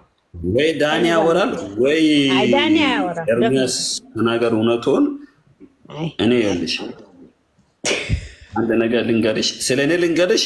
ስለ ኢየሱስ ንገረን ተብለ ይሁዳል። ከዛ ጥያቄ አልክ። ምን አውርተን ነው ጥያቄ ያልገባችሁም? ትላውን ስለ ኢየሱስ እንደው 10 ደቂቃ ሰጥቷል ዳኒ። በጣም አበዛው። 10 ደቂቃ ጀስት 3 ሚኒት 3 ደቂቃ ስለ ኢየሱስ አውራን እስኪ። ኦኬ 3 ደቂቃ ቀራ። 7 ደቂቃ አውርቻለሁ። እሺ ኧረ አላወራህም። የቅድሙ አይቆጠርም። 3 ደቂቃ ከዛ ጠይቃለሁ። ጎሄ ኖ አንቺ አትጠይቀኝም። አንቺ ሚዩት አድርጊ። እኔ ከአንቺ ጋር አላወራም። ይቅርታ አድርጊ።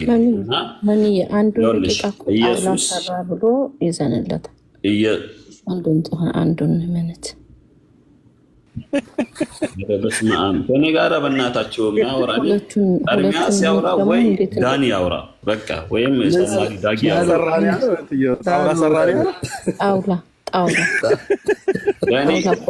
ጣውላ ቆረጠ ብሏል። ደግሞ እንዴት እንደቀጣጠለ አላልኩም። ጣውላ ቆረጠ አላልኩም። ነበር ያለኩ 7 ደቂቃውን በዛ ነው የጨረስከው። በቃ እሺ ቀጥል። 3 ደቂቃ አለ። ወይ ጌታ ኢየሱስ። ግን አንድ ታሪክ ወንድምነት ልንገራችሁ። ታውቂያለሽ አይደል? ኢየሱስ ቆይ አንዴ ብራዘር አንዴ ቆይ። እሺ ቀጥል። አንዴ ወንድምነት በፊት ላይ አንድ ዝም ብሎ ከጎዳና ላይ ያነሷቸው ልጆች ነበሩና ሀረር አካባቢ እዛ እያለ ማን ነበር? ቆይ አንዴ ሚዩት አድርግ ብራዘር፣ ረጋ በል። ጣውላውን አስታውሰን አንዴ ሚዩት አድርግ። እሺ ቀጥል። ሚዩት አድርግ። ልጆች ናቸው ገና የ7 የ8 ዓመት ናቸው እና ቸርች ሄደው ተምረው መጡ። ዛሬ ስለምን ተማራችሁ ያን እያወራን የተነጋገርን፣ ዛሬ ስለ ዮሴፍ ነው የተማርነው አለ። እዛ ሀረር አካባቢ ኢንቫይሮንመንቱን ታስታውሷለሁ አስባለሁኝ ወንድምነት። በጣም የጫት ንግድ ምናምን ነጋዴ ሲባል ትዝ የሚለው የጫት ነጋዴ ነው እና ዮሴፍ በወንድሞቹ መሸጡን ሰምቷል። ግን እንዴት እንደተሸጠ ምናምን ብዙ አይዲያው አልተገለጠለትም መሰለኝ። በምን እንደተሸጠ አላወቅም።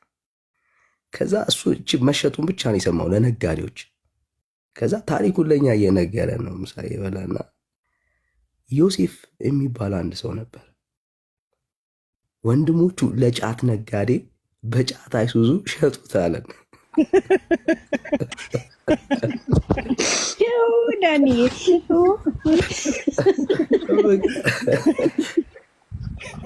ሰረንን አልቻልንም። በቃኛ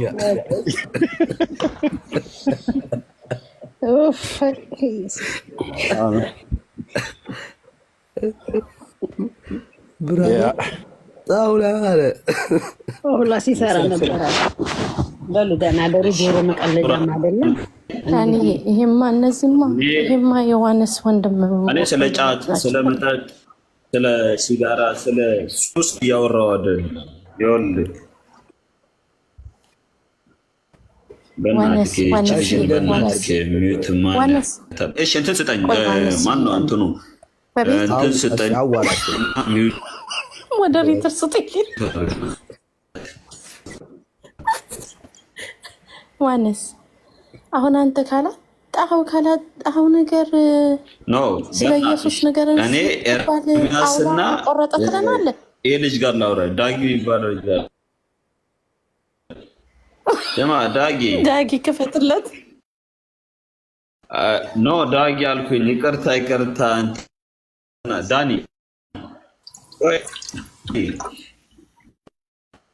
ለምንድን ነው በጣም የምታስቀኝ ነገር? እሺ አውራ ወንድማችን ወንድምነት አይ ትንሽ ምን ፈሳሽ ነገር አብዝቷል ወንድማችን። ዳንዬ መተኛት ካለብህ ተኛ። ዳንዬ ተኛ። ይቅርብህ ብቻ ስቶና ነገሽ ዋና ያ እንደሱ ነው ይሻላል። ጌታ ኢየሱስ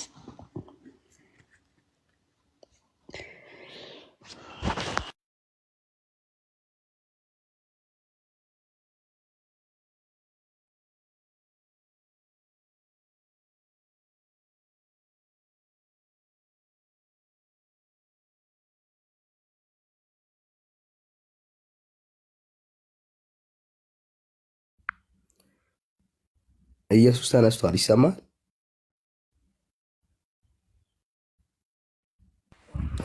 የሩጫዬን ሙድ ሁላ አበላሸብኝ ዳንዬ። በእውነት ደበረኝ። ራሱ መሮጥ ደበረኝ ራሱ።